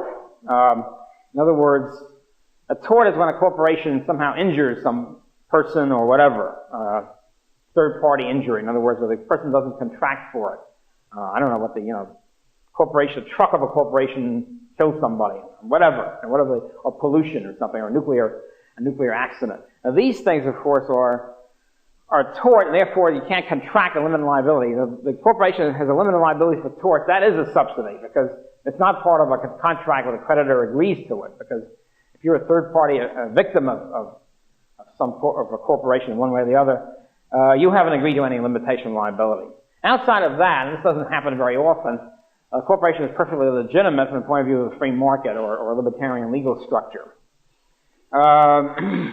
Anyway, the existence of the corporation means that you can acquire a vast amount of capital. Somebody's willing to invest because they know they can sell their shares at any time, and so forth and so on. It's a tremendous advantage to the company, to the investor. And enable an enormous amount of growth in of course, in manufacturing and in railroad corporations. Another thing that comes in after the Civil War, almost from nothing, was the whole concept of insurance. Insurance really begins after the Civil War period, more or less. And it keeps growing until this day. Life insurance, accident insurance, a whole bunch of stuff. Assets keep growing.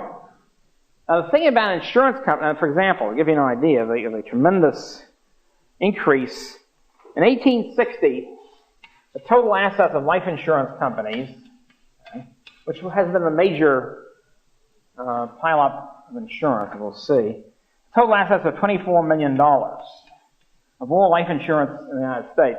By 1897, total assets were $1.35 billion. And it's been growing almost at this rate since then. An enormous increase in in capital. Now, the reason, and they invested in railroads and stuff. Now, the thing is that life insurance is a very peculiar industry, much more peculiar than accident insurance or fire insurance. The principles of insurance are, say with fire or accident, essentially you're pooling risks. Let's say there are 1,000 buildings in some town, and you're worried about fire, and so you pool your risks. And statistically, if you have a large number like that, you can pretty well predict that one building will burn down, let's say, in a year, or two buildings, whatever it happens to be. So everybody pools their risks. They all contribute a certain amount of premiums, and then when one building burns down, they pay off the guy who suffers this loss. And they can calculate it fairly neatly, precisely, an actuarial basis. So that if you know that one building will turn out, and the building is worth, say, $100,000, you pool all these buildings, you get together, and you charge the premiums which more or less fit this competitively. You wind up, you pay the guy off, and that's it. There's no amassment of capital. Assets don't matter. There's no big capital investment. It's just you're pooling risk, and you pay off the guys, the losers. So this kind of insurance, fire insurance, accident insurance, doesn't pile up capital. It's not no great advantage to any group of financial interests to control it, because who cares? I mean, you just, in a sense, in a pure sense, the assets disappear at the end of the year. You pile up 100,000. Each guy let's say there are 10 people. Each one contributes a certain amount of money, or let's say 100 people. Each contributes $1,000 a year premium. They collect $100,000. They pay off one guy a year $100,000. They don't have any assets at all, except a little bit of salary or something. So there's no reason for insurance companies to become big financial plums, so to speak. Now, of course, with insurance, by the way, another thing about insurance, the thing which screws up insurance is when the loser, how should we put this? The loser creates his own loss. In other words, you have to assume these are acts of God or nature. In New York, for example, there's an old tradition of burning down, if you're losing money on a store, let's say you burn down the store and collect the fire insurance.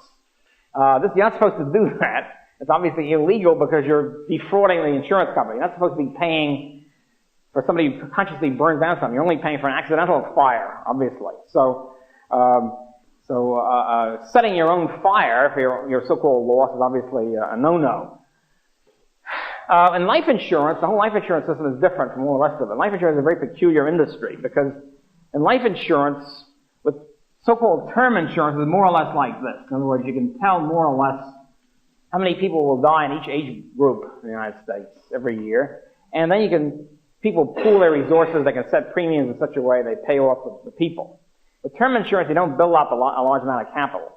But the way life insurance has functioned mostly in the United States is so-called whole life insurance, where you pile up an enormous amount, you charge much more than the competitive rate, you pile up an enormous amount of capital which just sits there until somebody dies. As a result of this, you're essentially paying double. In other words, you're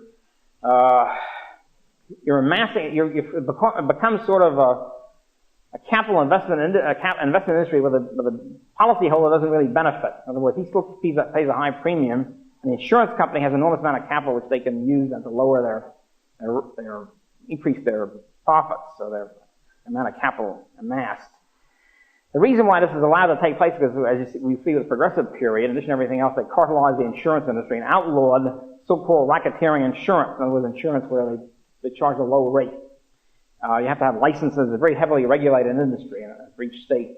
As a result, the whole thing becomes a quasi-racket where you have a monopolized or cartelized industry, where they charge a very high premium. Now whole life has become more or less discredited. They're getting away from that because people obviously lose a lot of money. If you start at the age of 21 or something and keep pouring in premiums and you wind up by about 40 or something, you're really paying the insurance companies. In other words, what you should really do if you have a whole life policy is keep churning it over. Cash the policy in, get your cash surrender value, and then get another policy somewhere else. The insurance companies hate that because that destroys the whole racket. As a result, the insurance salesmen are always told not to encourage people to do it. As a matter of fact, try to prevent them from doing it. You don't want to churn it over. That's unethical competition, they would say.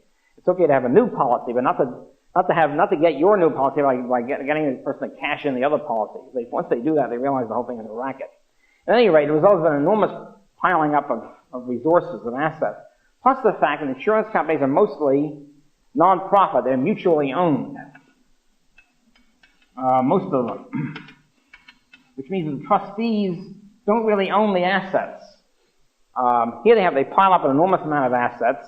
They don't make any profits on them. As long as they don't go bankrupt, it's like colleges. As long as they don't go bankrupt, they can peg on forever. But there's no incentive to maximize your profits because there's no stockholders. There's no partners even, just trustees. Members of the board who have a sort of an altruistic function of keeping the thing going. So in other words, you have an enormous amount of capital piled up in life insurance, and it's a plum for financial groups to take hold of it. And the way the trustees are self-appointed. In other words, nobody chooses them. There's no stockholders. And so in the mutually owned companies, they have things like the depositor, quote, an owner, unquote. And so technically, the depositor could vote for the board of directors. On the other hand, depositors can never vote. In other words, in the fine print it says you can't vote. So what happens is if there are 8 trustees or 12 trustees, they keep reappointing vacancies. They're self-perpetuating oligarchy. So what happens is by the late 19th century, these were taken over by various financial groups, the Morgans, the Rockefeller, they all had their own insurance company. And then they could take the assets and vote them to control their companies they want to control. That was Investment and Standard Oil, the Morgan companies, and vote with the way the Morgan people or the Rockefeller people want them to vote. So they become allies, and if they don't actually lose a lot of money and go bankrupt, they don't care about making profits. So they become, in other words, voting allies of the Morgans, Rockefellers, Vanderbilt, whoever, whatever the financial group is. So this is by the late 19th century, by the 1890s or so, this becomes an important consideration. So in New York, for example, Metropolitan, I forget now which it is. 2 of them are Rockefeller, and the other 2 are Morgan, or something like that. Investment banking, I've already talked about. Investment banking, oddly enough, has never been a corporation. It's always been a partnership. Morgan, Kuhn, Loeb, all these companies they're right now, as of this moment, they're becoming corporations. But from the beginning of investment banking until the present, they've been partnerships. One of the reasons for that is because they maintain secrecy. In other words, if you're in partnership, you don't have to have, make public accounting, you don't have to fulfill requirements. Nobody really knows what's going on. They can have secret deals without being in the public eye. They could just increase the number of partners. In the case of the Morgans, as we'll see in particular, they have political partners. In other words, 2 or 3 guys were assigned the task, almost did no investment banking. Their job was to put mergers together and to lobby in government and get government regulations they want, stuff like that. They became sort of political partners rather than strict investment bankers in the narrow sense.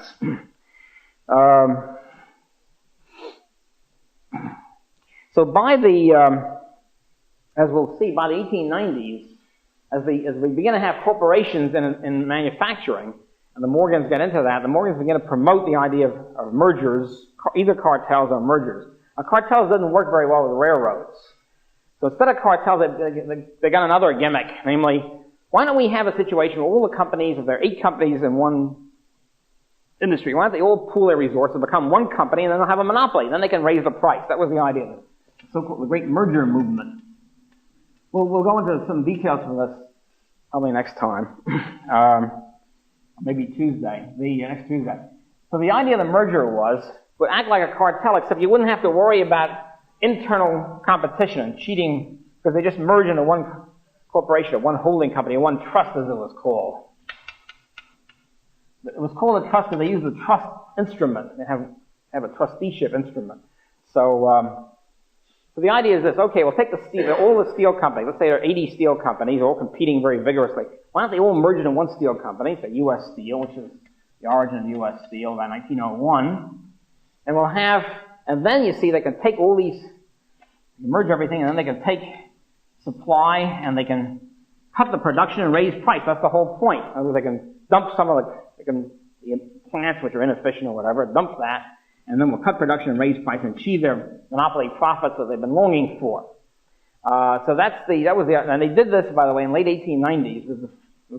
With 2 merger waves. One was the early 90s. The major one was a few years, 1898 to 1901, where literally several hundred industries all had these monopoly mergers. The whole raft of them. I'll go into some examples a little bit later. Sugar refining, oil, steel, agricultural and machinery, the whole bit.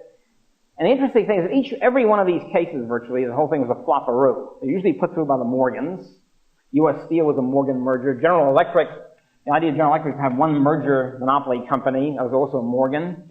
AT&T was Morgan, of course, they achieved a monopoly through government regulation, through patents and Federal Communications Commission later.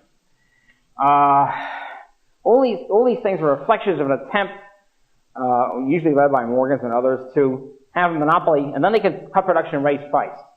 It flopped every time. The reason it flopped was, first of all, monopolies are inefficient. We'll get to this a little later. The National Biscuit Company was originally a monopoly, attempt to have a monopoly. Monopolize all biscuits and cookies in the country, packaged cookies.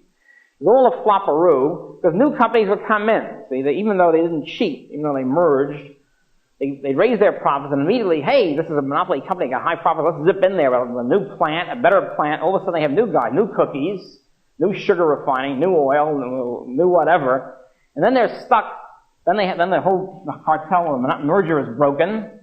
The company loses a percentage of share all the time. Then they're stuck with 2 or 3 new permanent companies who are good competitors, have modern equipment, much more modern because they're new. Right? They come and zip brand new equipment.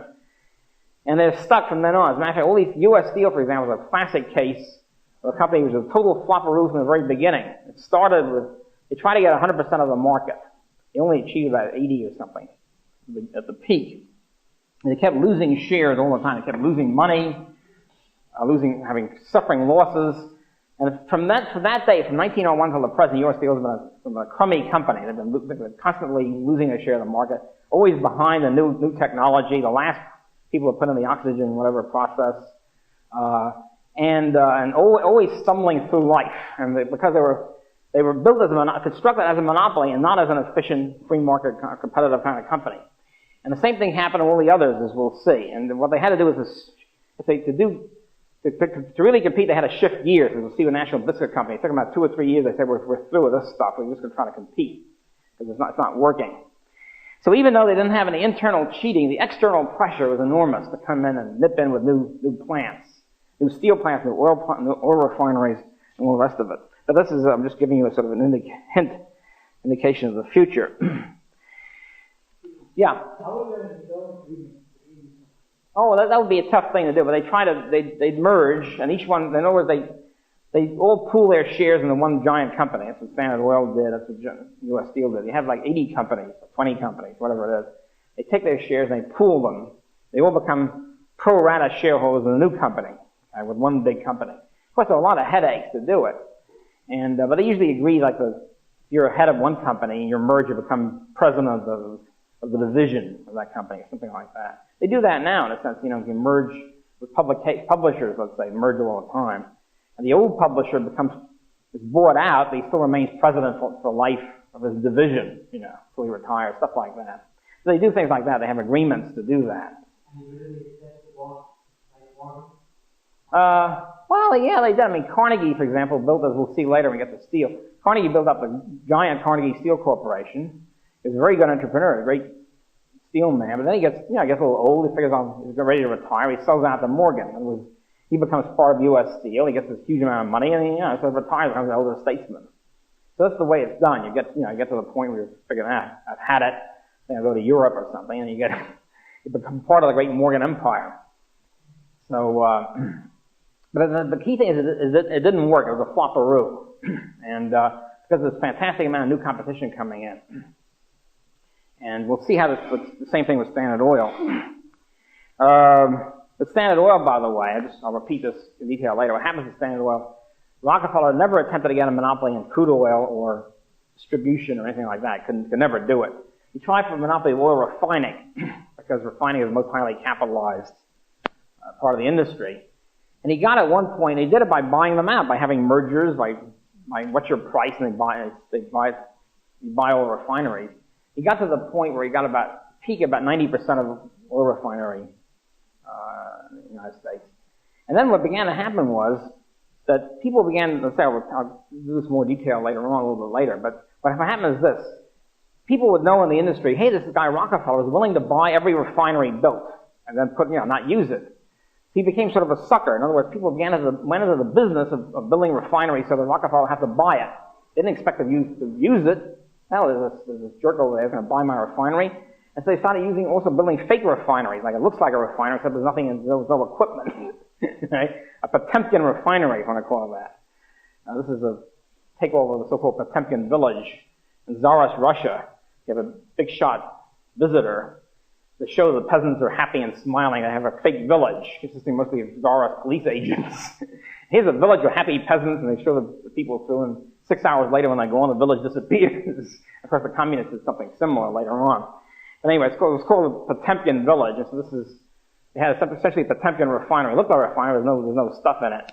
So finally, Rockefeller at one point says, I'm sick of this. I'm losing money. I'm buying these damn refineries. I have nothing to do with them.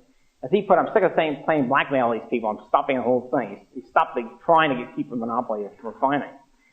What then happened to him later on, by the way, I'm really skipping a lot, but what happened, and he was concentrated, as we'll see, in western Pennsylvania. That was his oil wells, and his refinery was in Cleveland. And so he had pipelines and transportation stuff, railroads to get the oil.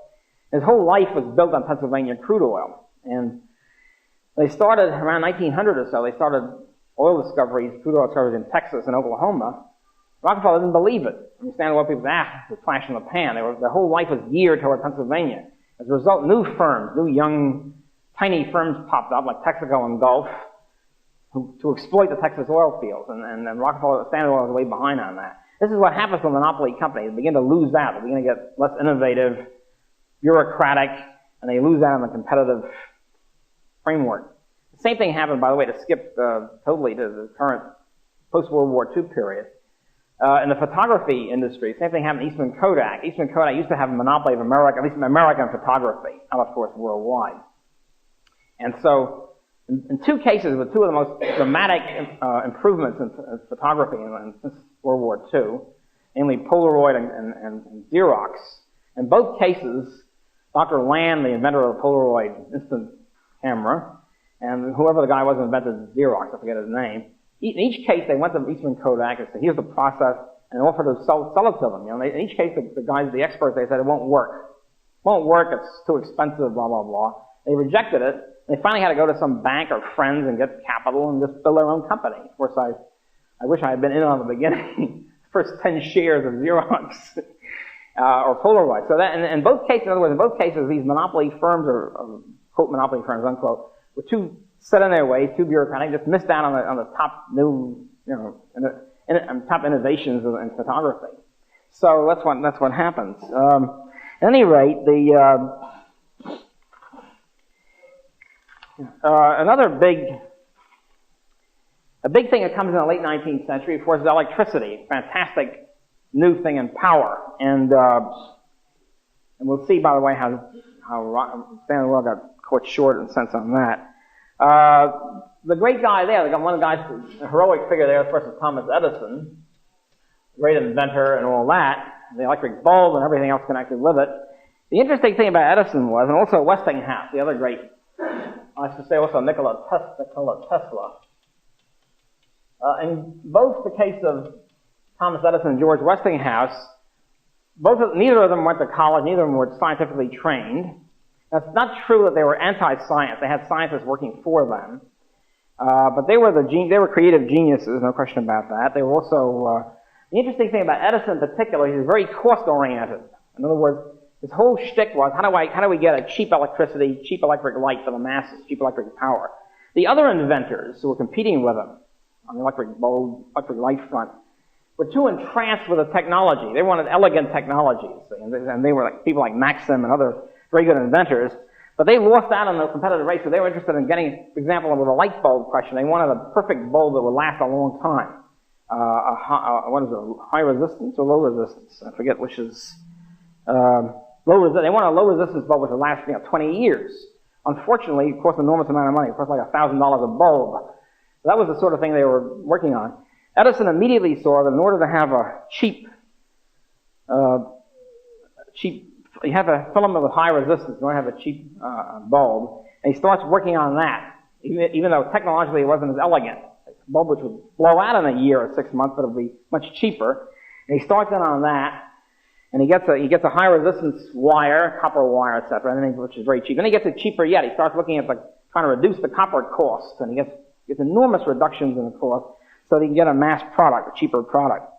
And he gets the same thing with a dynamo. And he goes to the power station and the whole business. And each step of the way, he looks at where can we cut the cost. So instead of having electricity as sort of a toy for very rich people, which is essentially what it was at the beginning, the multi-millionaire can have one light bulb, but he's interested in mass production, so he can get a lot of profits. And so that's the way he went at it. He was a purely economically oriented inventor.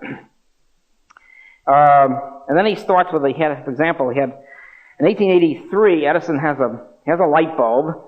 He has a 3-wire system, he has a system. He couldn't figure out the cost of copper was still very high, and the cost of each bulb was $25.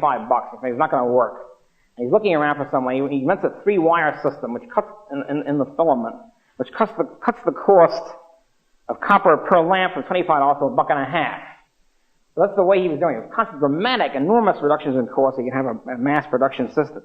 And after he works out the transmission network and the dynamo and everything else, and finally he says, we got to charge for this, baby. You're not going to have free electricity. And he invents the meter system, the whole idea of metering, and hooks it up with the rest of it. So,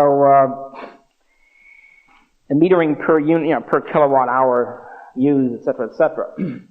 So while his competitors like Maxim and Swan were looking for an elegant, technologically elegant, very durable bulb with low resistance, he immediately says, no, we want a cheap bulb. You have the high resistance filament, and starts reducing the copper cost. Still, these guys, people like Edison wasn't right about everything. He had tremendous genius-type ideas, say 10 of them, 8 of which would be great, 2 of which were totally off the wall. And this is the way inventors apparently operate. So, for example, when he was working out his electric system, it was direct current. And George Westinghouse, another brilliant young, untrained, unscientific inventor, comes to him and says, no, he's with the idea of an alternating current. With direct current, you're limited in like a 10-block area. Alternating current, you can go, forever, practically. So Edison says, no, it won't work. And Westinghouse has to go and, get capital somewhere and start the Westinghouse Electric Corporation based on alternating current. Again, with much lower cost system. Westinghouse also had his own peculiar ideas. By the way, Edison insisted on running everything himself. Every detail of every area, and with him it worked. It doesn't work with everybody. Westinghouse, for example, tried to find an atmospheric engine. In other words, he wanted to get power out of the atmosphere, and he insisted it could work. They said it couldn't work, and in fact, it didn't. In fact, it didn't work.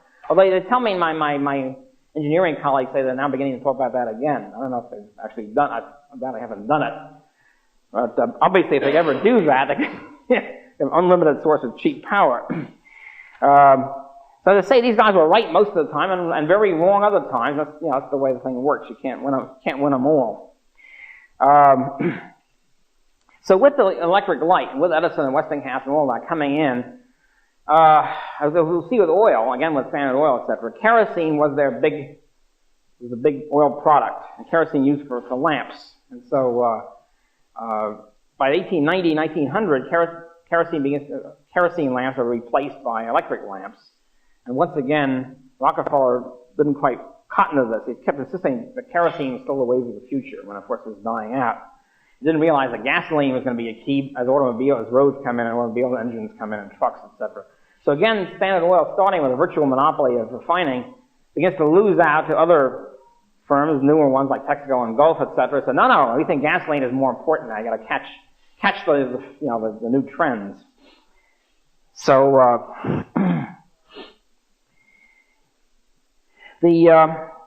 so with the corporations coming in, stock exchange, of course, comes in. The New York Stock Exchange began around 1819. It was just a few stocks, really government bonds and a couple of bank companies. And then railroads come in, and by the 1870s, 1880s, stock exchange becomes a big thing, and it goes indoors. By the way, the American Stock Exchange used to be called the New York Curb Exchange until about the 1960s. The reason it's called a curb exchange is people used to sell stuff on the curb. They stand there on the street and they trade, and so eventually go indoors when it gets too big and the weather becomes unpleasant.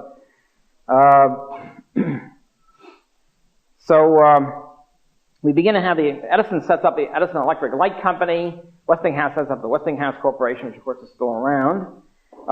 Edison was not impoverished. It's good to see somebody who was a great inventor did not die impoverished. He died, of course, a multi-millionaire.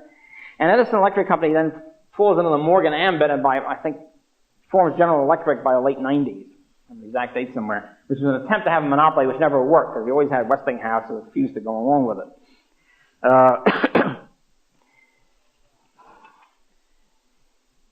So Westinghouse stood outside, refused to go into the Morgan ambit, and slugged it out.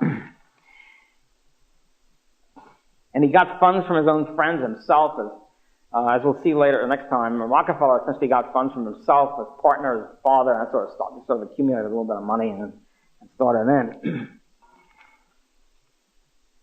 Okay, we now get to oil, and I'll spend the next time talking in depth about the oil industry. Oil starts, interestingly enough, petroleum starts. Petroleum, you think about, usually it's charged with capitalist development, industrial development, waste, or use a lot of resources. You have a lot of natural resources. As industry comes in, the natural resources disappear. In the case of petroleum, petroleum was not a natural resource until industry came along. Petroleum was just a pain in the neck. It was a big waste product. Just black ooze. Considered, because there's nothing to do with it. Nobody knew what to do with it. There was nothing to be done with petroleum. What happened was, before the Civil War, the major lighting source was whale oil lamps. You've probably seen it in old movies, 18th century movies of sailing ships and the whale lamp. A whale was a common resource, okay? So, whale, unfortunately, you can say was whale communism, in the sense that if you kill a whale, you own it. If the whales swimming around in the ocean, nobody owns. They're unowned property. You can't own a school of whales. You still can't own a school of fish. As a result, the incentive was to kill as many whales as possible. If you didn't kill a whale, your competitor would kill a whale. There's no incentive to conserve the whale population because there's no private property in the whale school or whale bed, or whatever you call these guys. Okay? So there's usually a different word for a collective group of fish.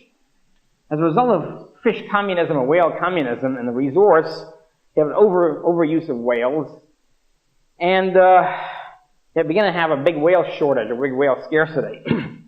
So, since there was a free market in whale energy, so to speak, what happened then is that as the supply of whales began to go down, the price of whale oil went up. As the price of whale oil went up, and they got more and more expensive, people began to look around for alternative energy sources. You didn't have an international energy commission to try to plan this. It's purely free market sort of setup. They saw whale prices were going on, we got to do something about it. What are we going to do about lamps? And they started then looking at the technology and maybe an alternative source of lighting, and they came up with petroleum, the kerosene lamp. And they started using petroleum. Originally it started with petroleum, which is sort of hanging around the surface of whatever. I don't know where it is, lakes or whatever. Obviously there's not much of it. In the old days, nobody was using any. They had surface petroleum. They started using that. And they started the technology out, hey, this looks good. You can use kerosene lamps are even better than whale oil. They smell less badly and all that sort of stuff, and it's cheaper. And as a result of that, they began to drill for oil. The first oil well was Titusville, Pennsylvania, western Pennsylvania, and by God, they found lots of oil. As I said, western Pennsylvania becomes the big oil area, okay, and this remains that way until after 1900. And so, and then you begin to get refineries. The first big refineries were in Cleveland. They weren't very big at first. They were sort of small refineries and using, starting with commercial equipment or whatever. And John D. Rockefeller, by the way, fits the same so-called stereotype as Hill and Gould and all those other people. He was short, he was thin, 5'2" or something, 5 foot. He started off and fairly impoverished. His father was sort of a quack patent medicine salesman. He went around, one of these guys like in the movies, who said, buy this bottle and you'll cure all your hepatic, sciatic and cancer or whatever. And so he was born, by the way, again in western New York. Therefore, of course, is a Republican. I mean, if you're not a Calvinist or a Catholic, very few Catholics in western New York, you're of course a Republican. And his family moved to Cleveland. Yeah, I think his family moved to Cleveland when he was in high school. And as with Morgan, you'll find out that key Republican figures and key figures in the oil industry turn out to be guys who knew Rockefeller in high school or in grade school. If you knew Rockefeller in high school and grammar school, you were in. Okay, we'll resume that on Thursday.